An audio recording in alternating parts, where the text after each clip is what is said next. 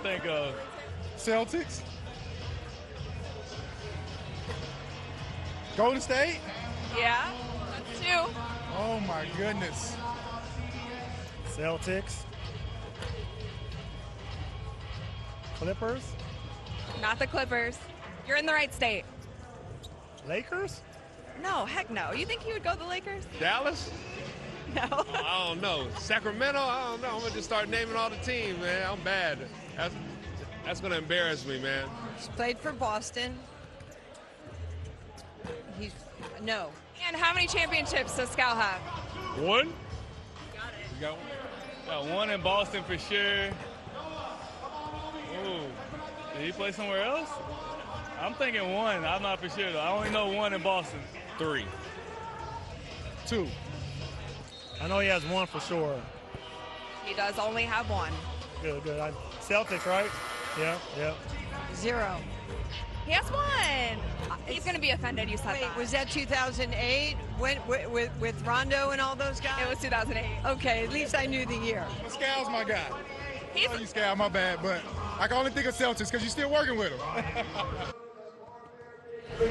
Scal, what'd you think of our Big 3 knowledge and Scal knowledge? No, I'll tell you, if you would have said Jimmy Jackson, all them guys would have been right. He played for every team in the NBA. So, yeah, 3 teams. New Jersey Nets, which a lot of these people don't even know.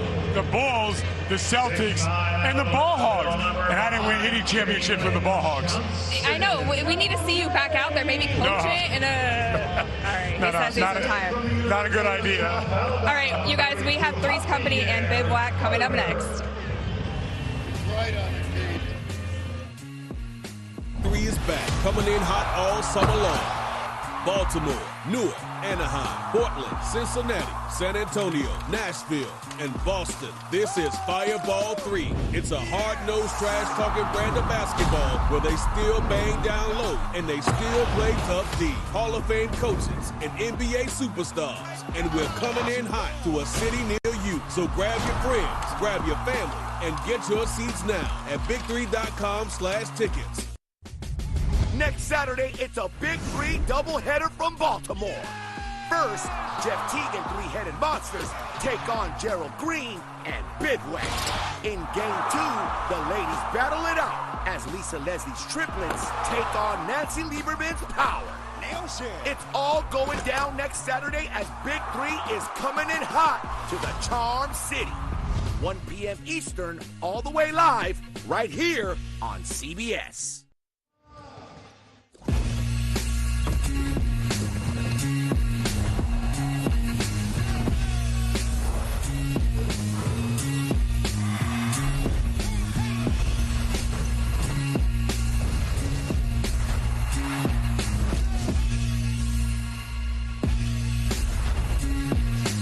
We're in Tampa. It's week 2 of the Big 3, and we're coming in hot here on X. And it's Three's Company, Bivouac, 2 unbeatens, looking to remain unbeaten. As we take a look at the up-to-date standings, the enemy's got a victory earlier today. They're the only 2-0 squad right now in the league. And you can see a number of teams, they're bunched at 1-0. Trilogy, the only 0-2 team in the league. Hello, everyone. Brian Custer alongside Jim Jackson. 2 teams here, unbeaten. 2 teams who are really good, have a great opportunity to win it all here. And let's start here, though, when you talk about Three's Company, because Michael Beasley is a walking bucket. You know, it's tough because Mike, left-handed, you try to guard him outside, he can knock jump shots over you, or he can get himself into the post and still finish, even going to his right and going to his left, he can finish. So he's a tough guard. Maybe not the most efficient game last week with regards to shooting, except for 20 for 15 points, but he's always a threat, whether that's inside with the left or being able to step out and knock in the 3. So it'll be interesting to see defensively what Bivouac tries to take away from Beasley. All right, let's take a look at our rosters here. Mario Chalmers is the captain. Gerald Green is the captain for Bivouac, and he leads his Bivouac squad. Gerald Green, 12 seasons in the NBA, but boy, I tell you what, a high flyer, and knocked down about 4 3-pointers last week. Well, but think about this. Gerald Green didn't start last week. So for whatever reason it was, it didn't deter him from doing what he needed to do. Why? You see the 18 points, 8 rebounds, but the most critical of those 8 teams with the last 3 to win the game. So he didn't allow the fact of not starting to take away from it. And Three's company. Did you see the sneaks? Both of these head coaches, Hall of Famers. Michael Cooper, welcome to the Hall of Fame. Welcome to the Hall of Fame. Inducted just this year. Michael Cooper, Hall of Famer. And, of course, the glove, Gary Payton, Hall of Famer of Bivouac. And speaking of Bivouac, their leader, Gerald Green, he's with Scott. All right, what's the deal with the no starting, came on strong, finished strong? You know what? We just feel like we got a, extra weapon on the bench. You know what I mean? I know I can start in this league. Obviously, I've been a starter the whole time, but our team is really talented. We're really deep. And I think defensively, with the starting lineup that we got, I think it help get that unit going. Then once I come in off the bench, and it's curtains. How hard is it to win multiple weeks in the Big Three? It's hard. It's hard. You can scout a little bit. You can kind of, you really got to prepare yourself. You got to really know personnel. But it's tough. Every week's different. This league is tough. Anybody can beat you, no matter if their record or if they're 1-0 or 0-1. Don't matter. They can beat you. You can be beaten by any team in this league. So, right. Thanks, Gerald. This is going to be good. Bivouac, led by the Hall of Famer, the glove, Gary Payton. The interesting thing to me, Jim Jackson, this is from Bivouac's standpoint, probably their best team to date. This was a squad with just 3 seasons ago, they were winless. Yeah, it was, but I think with Gerald Green and company, they've developed a kind of chemistry on how they want to play. Because you have scoring from the guard position. Corey Brewer, who's a defensive type of player. Jalen Johnson at size at 6'9". And then Gary Payton kind of infusing that defensive mentality onto this team. If you're new to the Big Three, let's take a look at the rules of the game. Interesting thing about the rules of the game here is first team to 50 wins, but you got to win by 2 in the Big Three. Also, the first team to 25, we automatically go to the half. There is no game clock, but there is a 14-second shot clock, so no playing around. You got to get it up. And, of course, the thing that makes this league unique and brings excitement, the 4-point shot. It will keep you in the game. It will, but bring the fire, too, is also strategically important on when you use it. Because if you use it too soon, say early in the second half, it's a close game, and then you don't have it, that could cost you. So it's just, kind of similar to what you have in the NBA when you have your challenge. Okay, when you utilize that, the difference is, you got yourself here with, this is what I love when coaches strategize on when to use it, but who to use it against, like the matchups on Bring the Fire. Had an issue with some of the padding on on the basket here, so they're getting that fixed. Open me up. Yeah, open Scout up. I got to fix something too. That was a great segment where they were trying to figure out players. Who Scout played. I couldn't understand how they forgot about New Jersey. New Jersey is the lost leader and everything, but then he comes back, and because he wants to make it about himself and defer everything, he wants to put me involved. I ain't got nothing to do with the interview, okay? Wait a minute. That's it. Now he's throwing, well, that was Jimmy Jackson that he named all the teams. He played for all the teams in the league. You see, but he didn't say all the checks cashed either. You see what I'm saying? No, hold on. He throw his good friend under the bus and deflect because they didn't know. Way to go, Scal. You didn't play with every single player in the 90s? No. In the 2000s? I only played 12 teams. No, I know, but you have over 600 teammates. No, listen. Kevin Bacon said 6 degrees of separation. I'm at 2. 6 degrees. I'm at 2. 2 degrees of Jimmy Jackson. There's Corey Brewer with the rock. And there's a shot clock violation for Bivouac right out the gate. That one hurts. That's tough when you come out first possession. Didn't handle the ball well. They didn't get into their offense early enough.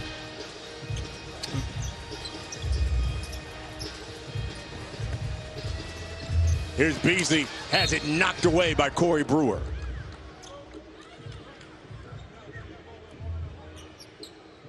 Good defensive play, and it went off of Beasley, so it will go to Bivouac. The defense by Mario Chalmers did not Garland to turn the corner, Green to turn the corner. Reggie Evans snags that board for Three's Company. Yeah, how many times have we said that with Reggie? He is a rebounding machine, isn't he? Here's Bees. That jumper's no good. Rebound by Javier Carter. Oh, Chalmers behind the back dish to Reggie Evans. He lays it in. Difference, Gary Payton defense. You see Mario Chalmers cut off the drive by Garland Green, and now he's able to pluck away, come up with the steal, and not only that, pay it off with Reggie Evans. Brewer, no, follow Carter.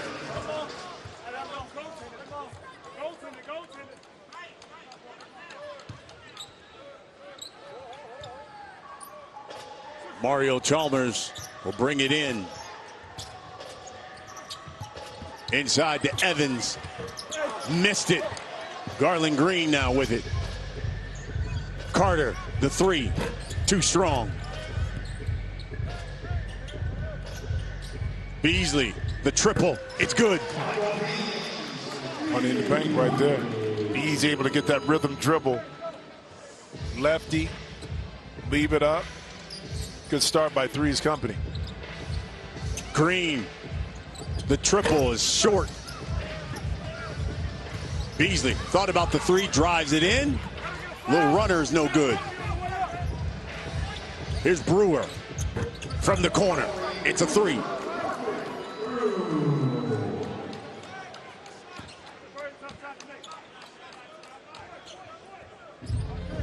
"5-5" our score. First team to 25. We go to the half. Here's Rio.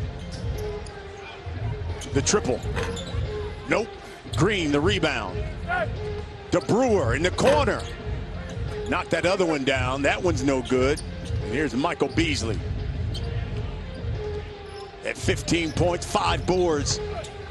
Last week, lays that one in off the glass. Cleared space. He brought Carter out knowing that he can use his handle and quickness to get right by him. That time, easy lane to the basket. And that's a tough shot. Not easy for Garland Green, but able to use his body.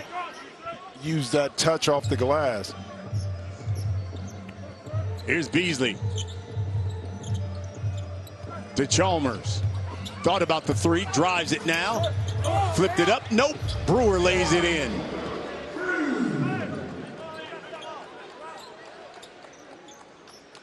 Two-point lead for Bivouac.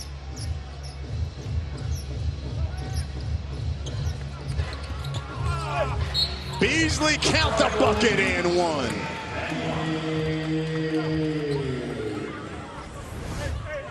Michael Beasley able to jab, go right, and then if you're going to foul him, just don't let him get it up. That time Beasley is too strong, finishes right through that contact. That was Garland Green who reached out and grabbed him. Here's Beasley, third season, now in the big three. Shut up! 1 point lead for Three's Company.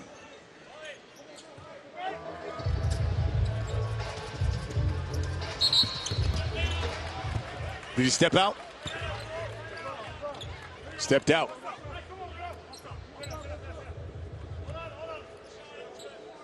So Chalmers now will inbound. Nearly stolen by Green. Beasley, the runner. Nope. Evans, the offensive board. He's shooting this one. Oh, yeah. Talking about going in strong. I told you. Man. I told you on that one. When Reggie started to square up, despite even the double team coming down, he was going to shoot this one. I got to get mine. So here's he did have the advantage that time size-wise. So Reggie, longtime member of the Three-Headed Monsters, now with Three's Company. Knocks down the free throw. 3-point lead for Three's Company and Michael Cooper's squad.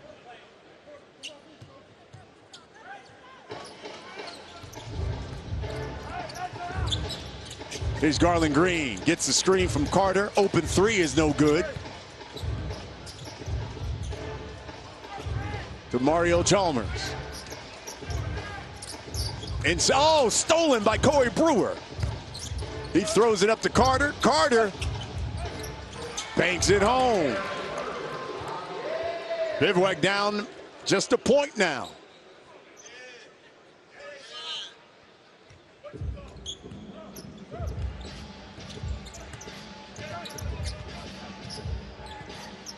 Here's Chalmers. Throws it up. Late foul call, too. The official on the baseline didn't call it, but it was a sideline official on the opposite side that called the foul. That should have been an easier one for the official on the baseline, but the point being that the foul did get called a little bit late. Here's Rio shooting 1 for 2. Ooh, in and out.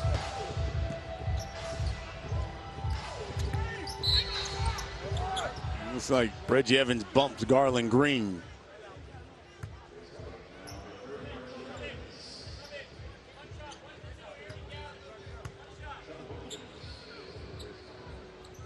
Get our first substitution.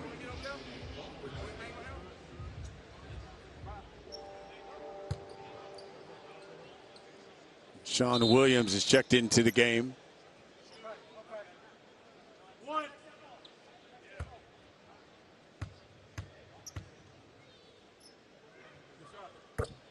Garland Green knocks it down. Younger brother of Gerald Green. Had 14 and 10 last week in the season opener. Sean Williams is checked in for Three's Company. He sets the screen. Chalmers tried to get it to him, throws it away. Yeah, but one more dribble. Rio knows that. One more dribble to his right. Now the seal inside by Cole is, by Williams is money, because he had his defender on the back. That's a really tough pass, and they're going to try to get that ball into Sean Williams. Gerald Green has checked in. Johnson's shot rejected by Williams, but Reggie Evans is there to clean it up. Good defense, good rotation that time. Johnson thought he had a good pass, pocket pass inside to him from Gerald Green, but excellent rotation, denial, then the easy basket by Evans. Gerald Green's jumper is no good. Here's Nasir Kaur, seeing his first action, and knocks down the three. His first season in the Big Three, had 10 points last week. Comes right in, knocks down the triple. Good patience that time. Let the screen be set. That's really enough space for him. Going left, able to knock in that three right off the bench, like you said. Here's Gerald Green.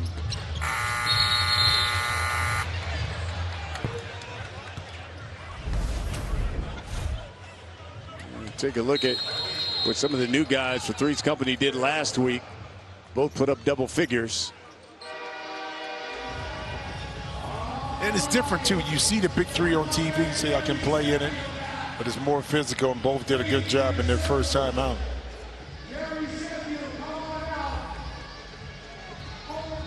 Well, right before us, Trilogy took a loss. They're now 0-2. Let's go into the hot mic room and let's listen in to their head coach, Steven Jackson. What up, world? Steven Jackson, coach of Trilogies. Another letdown this week. One thing about Big Three, you can't get down 20 points in no game. We got down 20, tried to fight back. You use so much energy trying to get back in the game that it's kind of hard, along with guys being good, making big plays, timely threes, turnovers. It was a tough game for us. I think my team has to get back to that tough identity. We 0-2 now, and 3 losses basically take you out of the playoffs. So we got to win out. I think my team is in the locker room right now. Definitely upset with how this game went. We had a letdown. It was a game we should have won. Give hats off to Tri-State. They came out, played hard, and made the better plays during the game. Jay Rich played awesome, made some big timely threes for them. And, you know, we just got to find out to get back to the old Trilogy. We are the dynasty. We have the most championships, so we got to get back to that team. And my team is feeling this loss right now, so hopefully we'll be back next week with the old Trilogy attitude, willing to get this thing to 1-2. Steven Jackson, he coached Trilogy to back-to-back championships. I tell you, that is one heck of a chain that Steven Jackson wears there. That ice. So they go to 0-2. Another member of Trilogy, Roscoe Smith, moments ago. He was in the hot mic room. Tough game. Got to go back to the drawing board. We just had a slow start as a unit. We had a slow start. We started off slow. We started picking it up at the end. You know, with our energy, with our effort. You know, we started communicating. You know, we made a strong push, but you know, we just started off slow, and that gave the opposing team, Tri-State, you know, the advantage.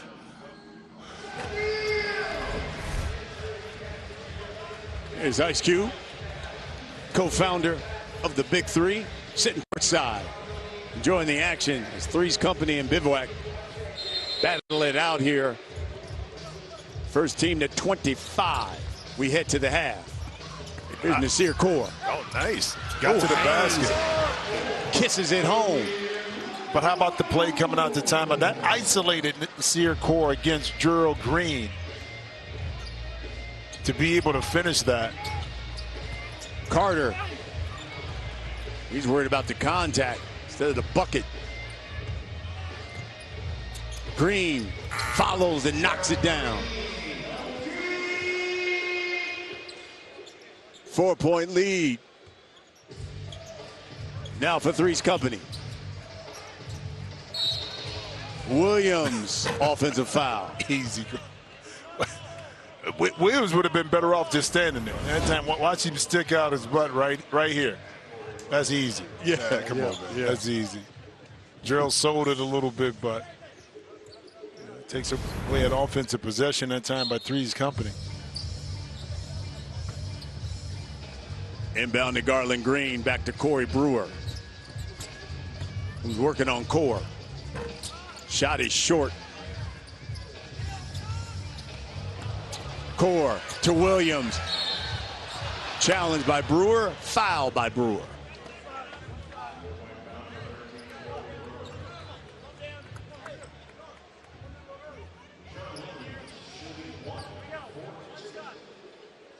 So Sean Williams shooting 1 for 2.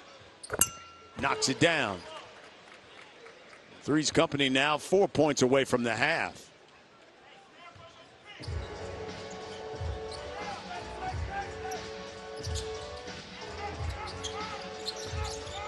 Here's Gerald Green. Driving on Williams. Step back from the three from the corner. Brewer puts it in. 4-point lead for Three's Company. It makes a little comeback. Tough shot that time by Gerald Green. Kind of bail out your opponent, but able to get it back. Kaur shot no good. Follows his own miss. Three's Company 2 points away from the half. Nasir Kaur won a championship in Albania in 2022. His finals MVP in that league.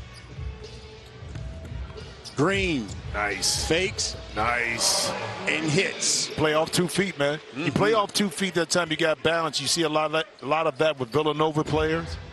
And that time, Green able to stop, reverse pivot, on balance, make it look easy. Here's Kaur. Looking to take us to the half. No good. Brewer, the rebound. To Gerald Green. Green with the left hand. Counted and one. What's beautiful about this play is that Gerald Green caught the ball on the move. And why is that important? Because you see the freeze that time on Sean Williams.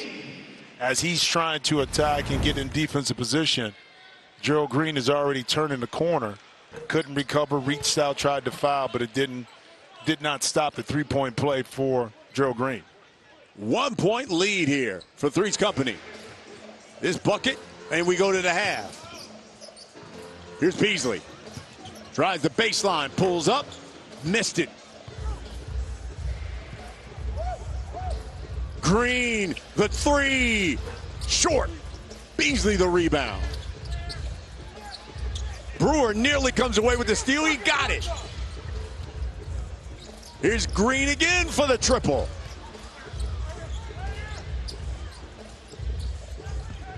Garland Green to Brewer.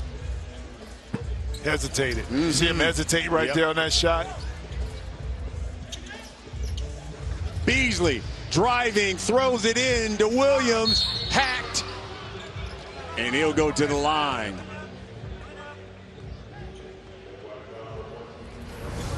Shot is up. Well, the lob is up. Good patience that time by Sean Williams, understanding that the shot was going to be contested, able to get himself to the line here and now finish this thing out. 25 points at the half to go in with a 3-point lead.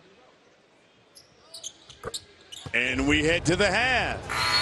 Three's Company with a 3-point lead over Bivouac. Both teams unbeaten and looking to remain so.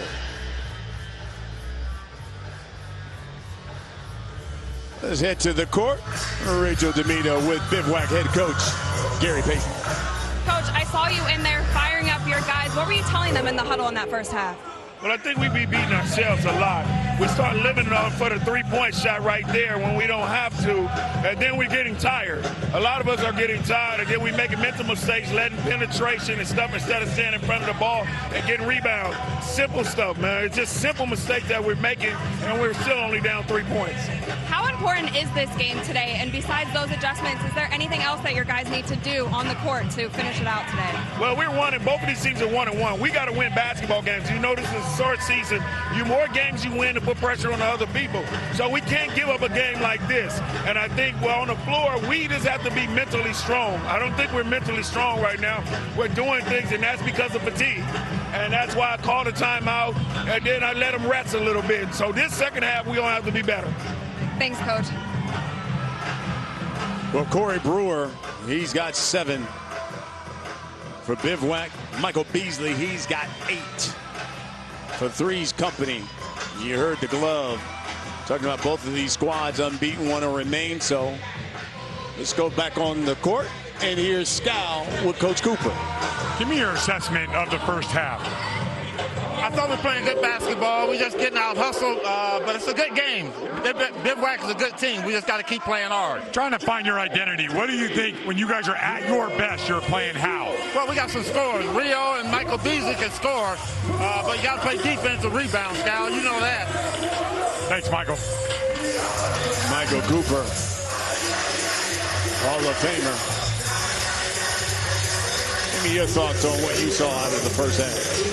That early Three's Company kind of running their offense, getting some early offense, and then Bivouac able to kind of get themselves back in the game. I thought the Sear core came in and provided some really good minutes off the bench for Three's Company. I think Michael Cooper may have found a little gem right there from a guard position, because you know you win this league, you got to have good guard play. One of the things that makes the Big Three so unique is Ice Cube always makes sure he's got a good hip-hop artist from the area. JT Money performing right now for everybody here in Tampa.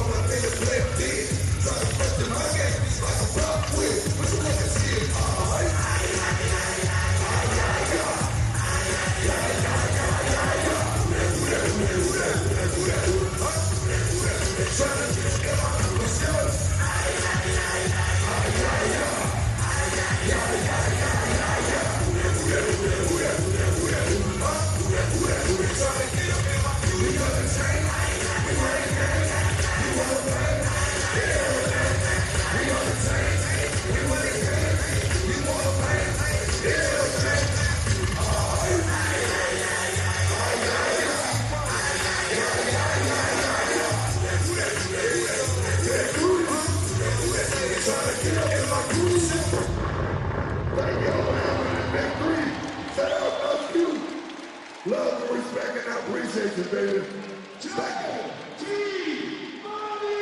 Yeah. G-Money. As Ice Cube enjoys it as well.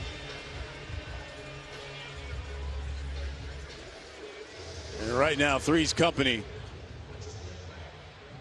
with a 3-point lead over Bivouac. And we start talking about Three's Company.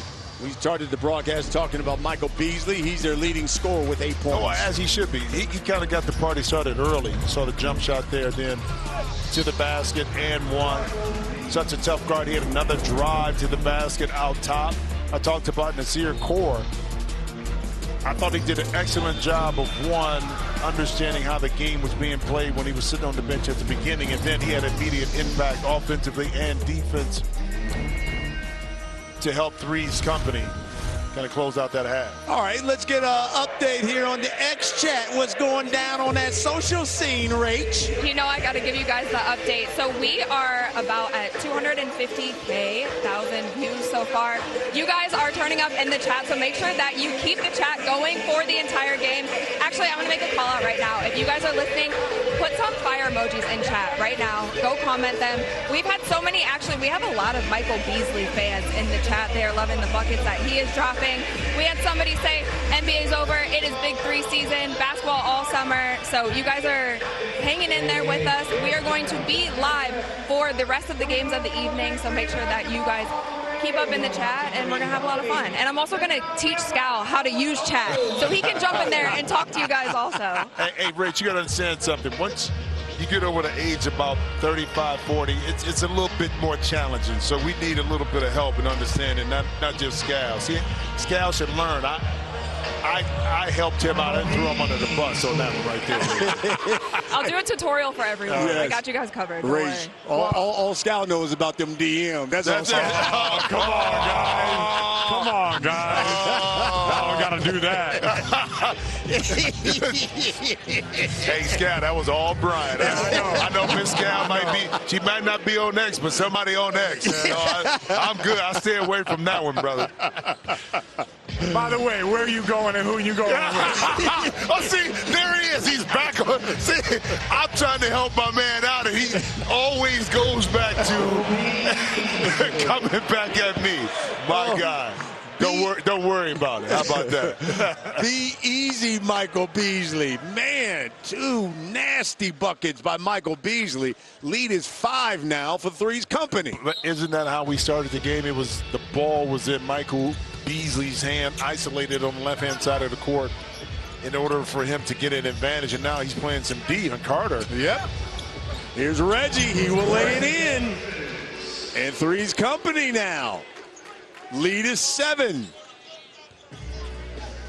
Gary Payton can't believe it.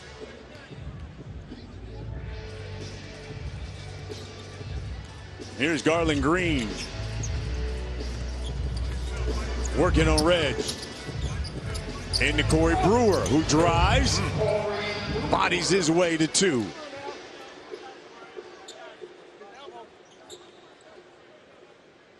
Mario Chalmers took one in the chompers. Yeah, he did. He got the worst end of the stick on that one right there.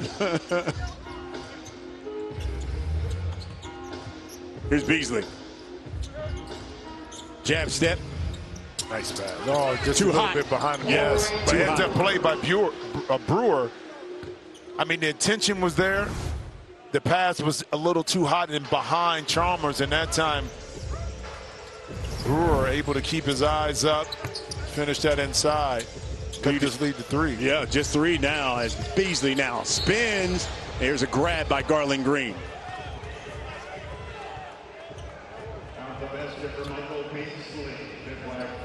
Oh, they're going to count the basket. Talk about continuation. Whoa. Thought that was on the floor, but let's see if he goes in and he goes into his move. Now that that was generous. I was trying. I was trying, B. I was trying. I tried. That was a little generous. It was an extra step in there, too. 34-28 the score. Green challenges Beasley at the rim.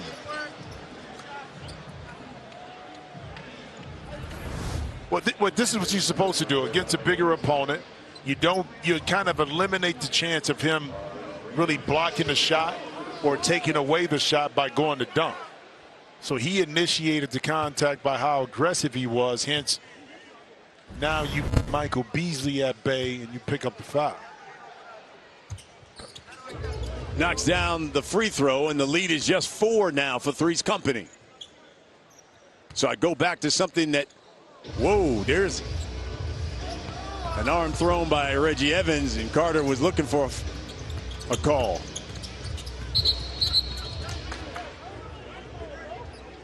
And now they get Reggie Evans, and he and Carter are going to talk about it a little bit. It started with that first flail of the right arm by Reggie Evans that went to the face of Carter that he didn't get called for, but they caught him the second time. And Carter can't get caught up into Reggie's game because he can play physical and be mad. Good screen that time by Carter to open up the lane.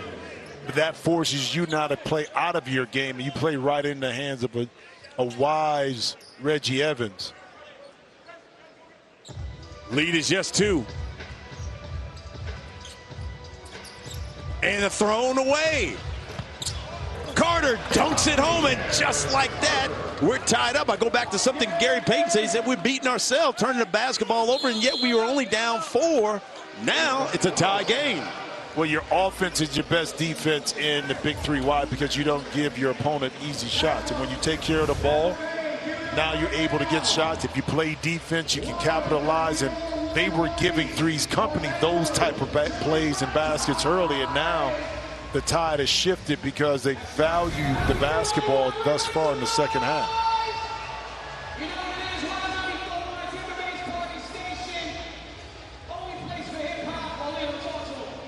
Well, we started the day with 2 unbeaten enemies, and the Ghost Ballers. This is a really good game in the first half, but then the enemies just turned it away in the second half. A balanced team. I mean, with Isaiah Stewart and Jordan Crawford, how do you stop them?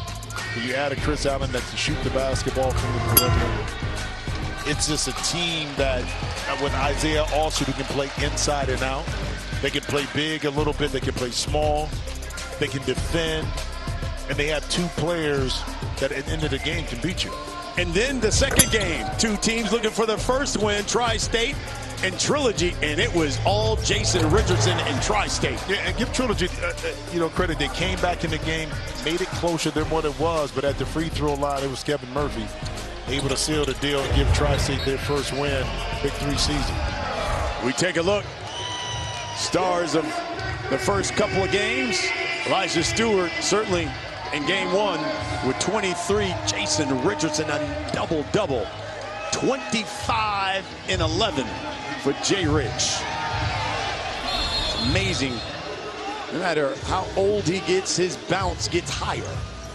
Well, he's smart. He understands I'm not jumping all the time. I'm going to use it when I need it. That's the thing. Here's Corey Brewer looking for the lead. For 3. It's strong. Garland Green, though. The offensive board, and fouled by Beasley.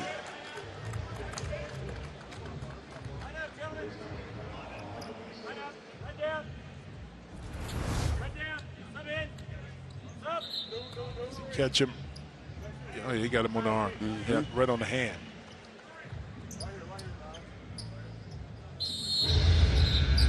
Michael Cooper is going to use his challenge. He's going to bring the fire.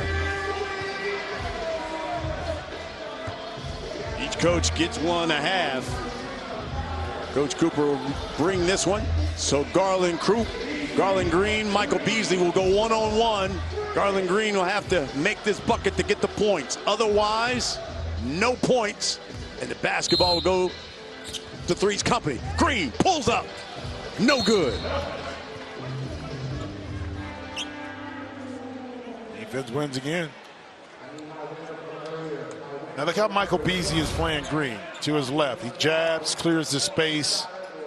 Some contact that now. In the league, that's a foul because the landing area was encroached by Beasley. Big three hasn't gotten there yet. I think it's a rule they should put in, you know, just to prevent injuries. And that time, Green not able to complete it. The contact from Beasley and the push right there by Corey Brewer. Yeah, he pushed Nasir Kaur, who was coming to set the screen for Beasley.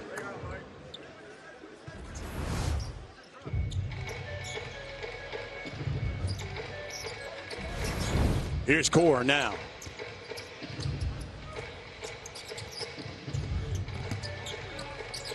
Spins in the lane. Williams tried to follow it up. Here's Johnson.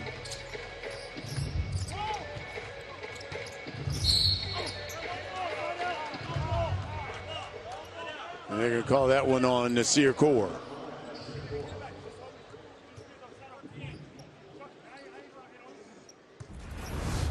Nasir Kaur giving up a little, well, a lot of size that trying to battle inside.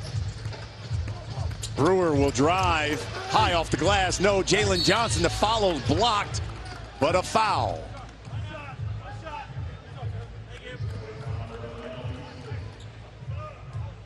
It's interesting, the first two games were kind of a little bit more fluid. This one is beginning to get a little bit more choppy. A lot more fouls being called. And maybe based on the way both teams play. Especially you got a physical Reggie Evans.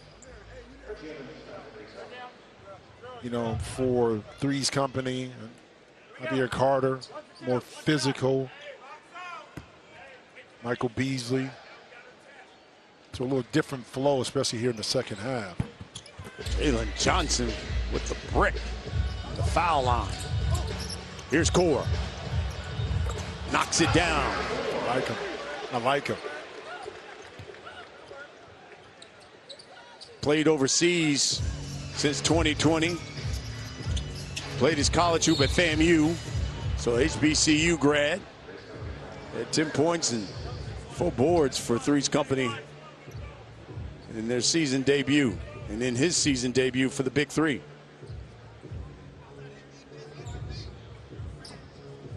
First team to 50 wins, you got to win by 2.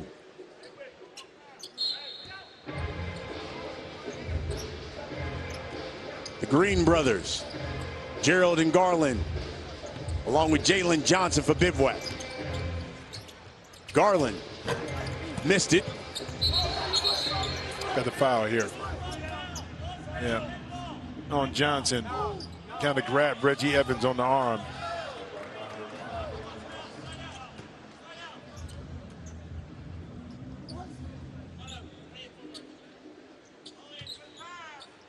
Kaur will inbound. Gets it back. Pulls the 3. Rattles in and out. Here's Gerald Green.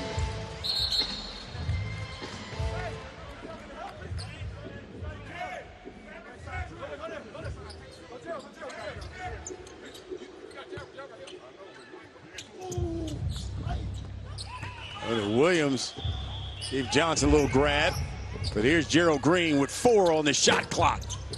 The defense that time by Williams forcing Gerald to fall away, and on the ground, both teams hustling it right now, but is Bivouac able to get away with it?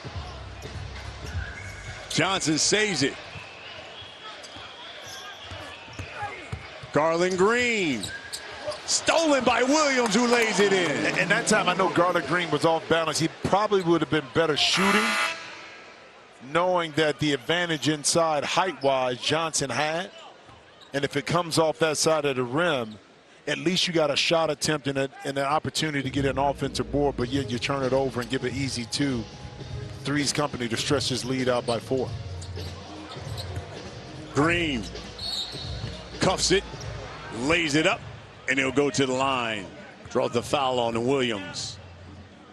About right now, shout out to Tampa for coming out, supporting, Been a really great crowd, over 9,000 people. It's another sellout. Another sellout. You know, it's just, I think it says a lot about the support. And again, but the Big Three comes to town, it's not just during the game. They have the kids clinic, they have teaching, they have a show. If there's a show in town, they participate at halftime. There's a lot of other activities around Big Three when we come to town. It's just not the main event. It's all the other things, the foundation, the things that they do for the community that we do as a group. I think that adds so much value to the brand itself. DMV area, get ready. Baltimore coming your way next weekend. Newark coming to you in July. Here's Beasley. Follows up his own mess. 40-36. She talked about over 9,000 strong here in the Yuengling Arena in Tampa. As we get a timeout on the floor, and Three's Company up 4 on Bivouac.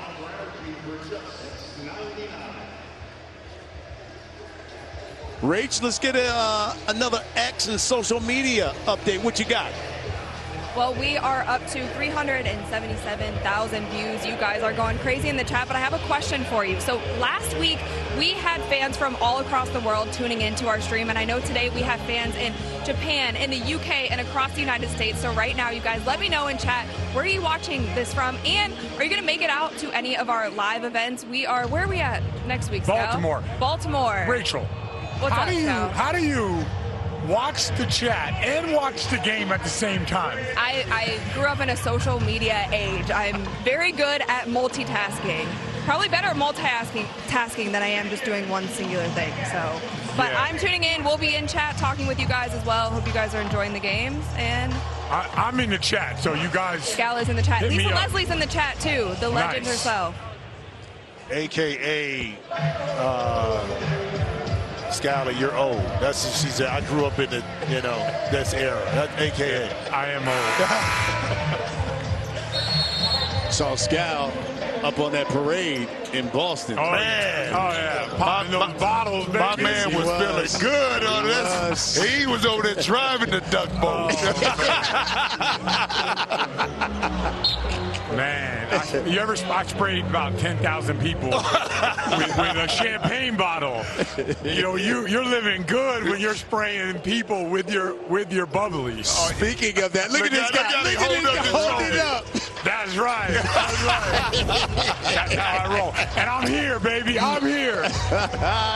Hey, look, work hard to play hard. That's the thing about it. You go kick it, you do what you got to do when you come and do your job. I love it. I tell you what, when you take a walk out here in the morning, you don't got to do much to sweat it out. Hey, I got something for you, man. I'm nice like that. Pedialyte, bro. Pedialyte. Michael Cooper, known for his defense, he wants to bring the fire. Mario Chalmers, Gerald Green will go one-on-one. Here's Chalmers. Step back, blocked by Green. And you notice Gerald Green sent Mario Chalmers to his weak hand left hand. Yeah. Now, a lot of times you can still kind of fade and get this shot up easier, but Gerald Green didn't allow Chalmers to create any kind of space or clearance to get it up. Brewer steps through and draws the foul. So Bivouac trying to capitalize. They get the stop. Now trying to get the score.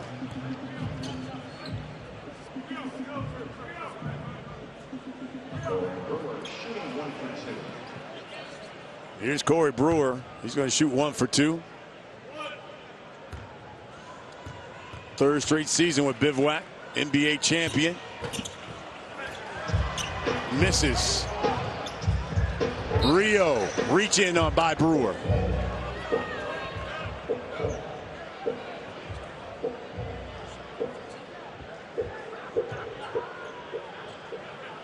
Beasley calls for it. He has it. Chalmers from the corner. No. Drives in, Brewer knocks it away. Here's Beasley now with 2. Beasley with 1.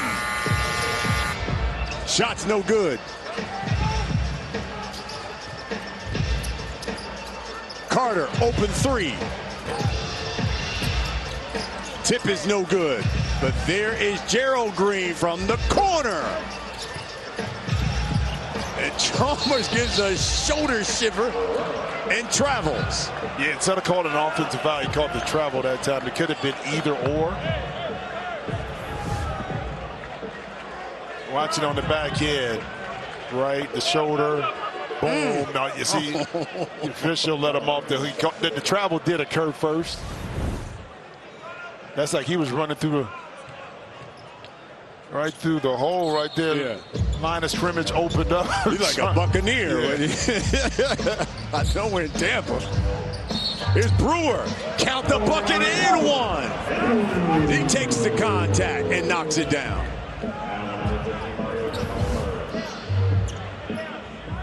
I mean, good play by Chalmers that time to take away the baseline, but the reach at the end negates that really good defensive play. And Corey Brewer, 17 points, 9 rebounds. You see, he was always known as a defensive player, so the 4 steals shouldn't be of a surprise. We got ourselves a ball game now. Bivouac in the bonus. They'll keep the basketball. Brewer. That's an offensive foul.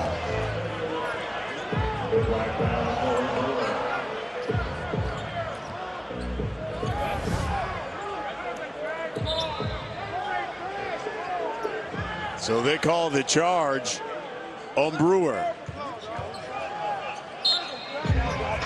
1-point lead for Three's Company with the basketball.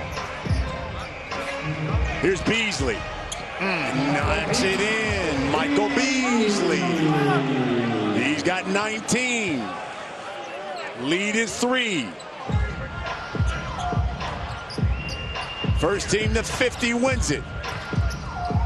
Step through. Oh, he got away. I thought he got fouled that time by Chalmers. Got away with it.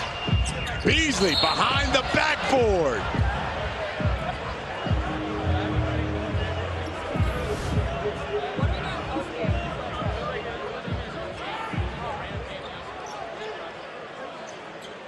That was the bucket he made off the baseline. There's a 3 by Garland Green, and we got a tie game at 42. All right, now down the stretch. You can't turn the ball over. You have to take really good shots offensively. First team to 50 wins it. Beasley, count it and 1. Keep it simple. Get the ball to your best player, give him space to operate, and then, as the main guy in the movie, make a decision. Don't allow the defense to set, and that's what Michael Beasley was able to accomplish on that possession. No hesitation whatsoever. See if he can complete this 3-point play. He does. He's got 22.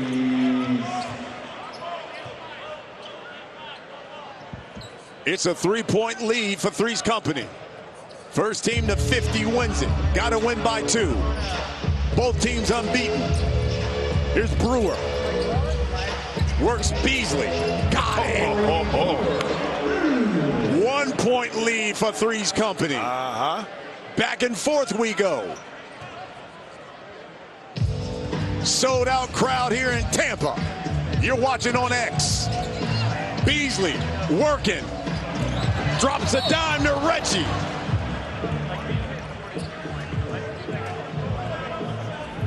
Well, back and forth we go. This time, Corey Brewer, good defense by Beasley, better offense by Brewer. Now watch this play. The timing by Reggie Evans is impeccable, because if he cuts too soon, the pass is not available. If he cuts too late, he waited exactly when defense was in the air, able to catch and finish, and now get a 3-point play. Gives his team, because of the penalty, the ball back in the bonus with a chance with a 3 to win the game. A 3 wins it, and it's Beasley with it. He's got 22. Had his pocket picked by Brewer, and a foul call. And guess what? Bonus. Now, let's see. Oh, it's not the bonus yet?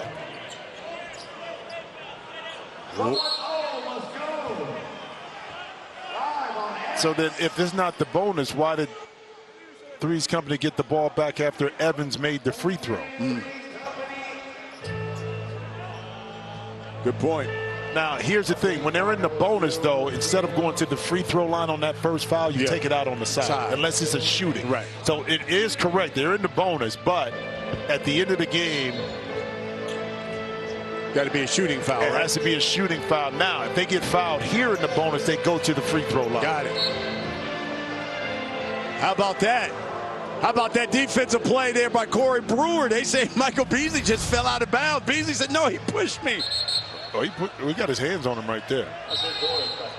They're going to look at it. They have to. Now, listen, if he falls back, you know, without the assistant, I don't care how light the touch is, that forced him. And I think it's very important that from a rules perspective, we talk about the end of the game with the fouls in the bonus. And we want to clarify that again, that when you're in the bonus, I think we have a chance to win it on the final possession. If it's not a shooting foul, even though you're in the bonus, you take the ball on the side on that first foul. Second foul, if it happens within that same possession, you get to the free throw line. Because they changed that. See Brewer kind of going to work here. Always known as a defensive player, but can score. And I saw him last night, and I said, I'm still mad at you for that 07 championship game in Florida, Ohio State. I'm never going to let it go, brother. Not going to let it go. And look at that, complete player. Complete game. Got a little bit more work to do right here. You see Michael Beasley was still pleased. He said, man, he had his hand on me. I didn't just fall back. Bivouac basketball, down 3. A 3 would tie it.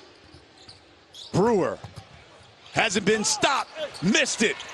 Reggie, the rebound. Three's Company can win it. Whoa! Offensive on Reggie Evans. Yeah, that's not a smart play that time by Reggie. Not a smart play. You already have Brewer in the air.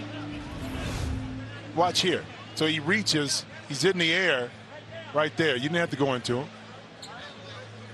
You mean?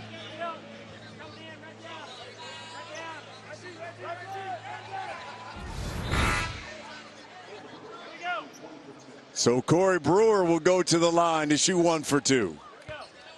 How hard it is to close out games. How hard it is to, unless you're just shooting lights out, that's when the game becomes more physical. And that's when you have to be mentally stronger at the end of the game.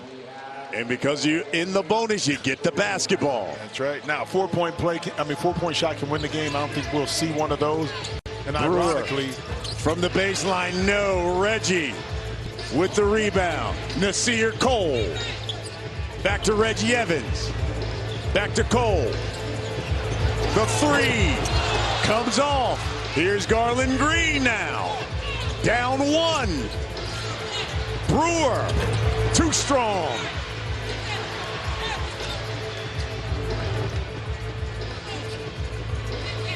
Brewer attacks the basket and lays it in, and it's Bivouac now with the 1-point lead. And how about Bivouac in this game? And Gerald Green, who hit the shot to win last week, not in there.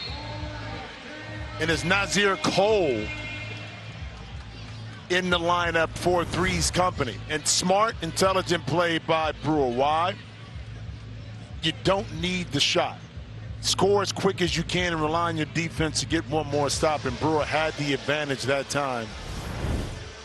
So Michael Cooper will call a timeout as you see Gary Payton, Gerald Green talking to Bivouac, who is up 1. So for Three's Company, Michael Beasley has been your primary scorer. He can get you a 3-point play or 3 points without a 3-point shot because he's so good at getting the basket. So I would try to get him in the isolation situation, but not right away. Swing it, get to the second side and let him attack. That way he either get fouled or get the basket. If by chance the defense comes and now you're able to kick it over for a 3, that's fine. You got Mario Chalmers back in the game. For Bivouac, it's all about playing solid defense. Why? because Three's Company is in the penalty. If you foul them, they go to the free throw line and they retain possession. Bivouac, you play, you force Three's Company to take a tough contested shot, and then you destroy it with a rebound. Scal, your thoughts? No, this is interesting. Three's Company called a timeout. They do not have a timeout. Oh. That means Bivouac is going to the free throw line for a technical 1 for 2, and that would wrap this thing up right here. A lot of pressure on this. Wow.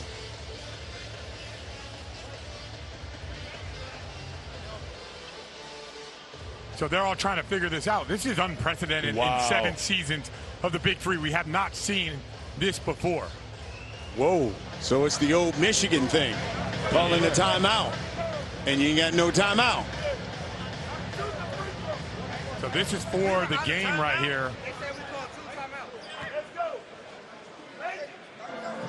I've only called one this half. They say 34-34 and 42.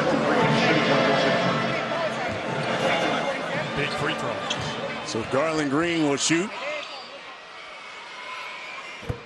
Got it. And that's the game. That is the game for Bivouac.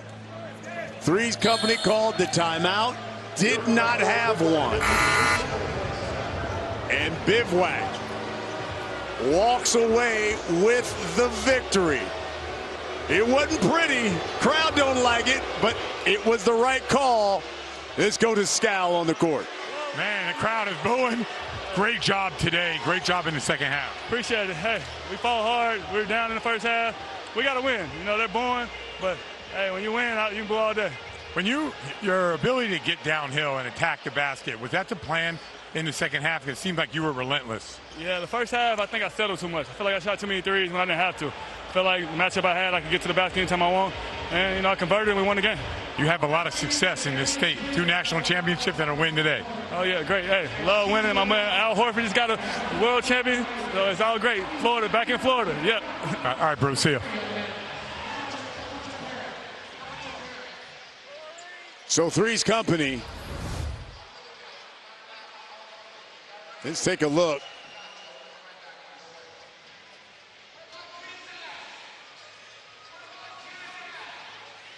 And you can see Sean Williams at the top of your screen there. Number 51 dapping up guys. But can he call the timeout? I thought it was the coach or the player on the court. Yeah. Not a secondary player. Yeah. So what happened was Michael Cooper went to the table, scores table in the back, to see when the other timeout was called. And they said it was one called when it was tied up 34-34. Interesting. Let's take a look here at the standings now, up-to-date standings. So it's the Enemies and Bivouac now at 2-0. The only teams at 2-0. Three-Headed Monsters and Ball Hogs, who you'll see a little bit later on, at 1-0, in the Trilogy at 0-2.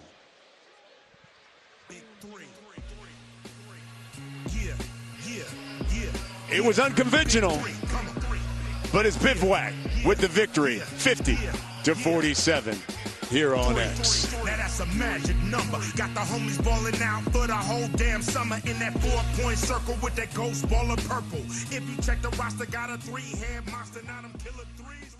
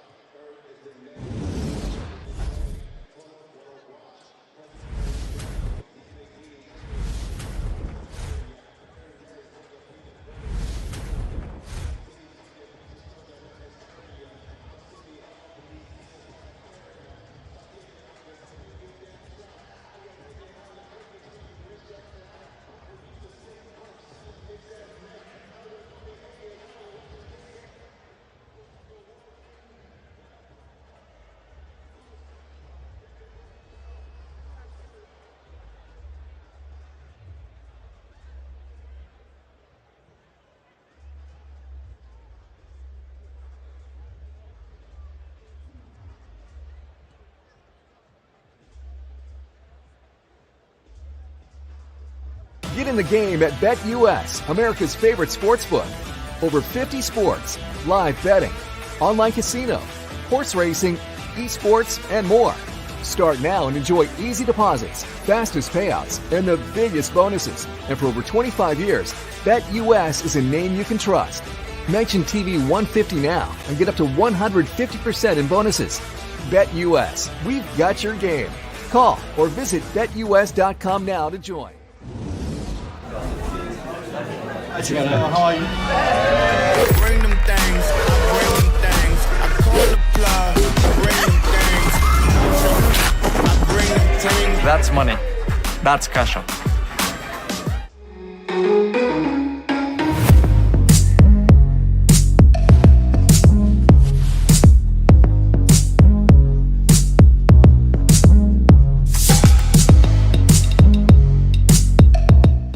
Forever you and me, right by my side's where you ought to be.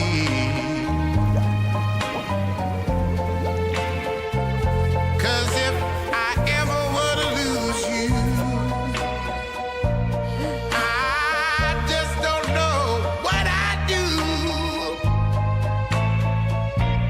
Let me hear you now.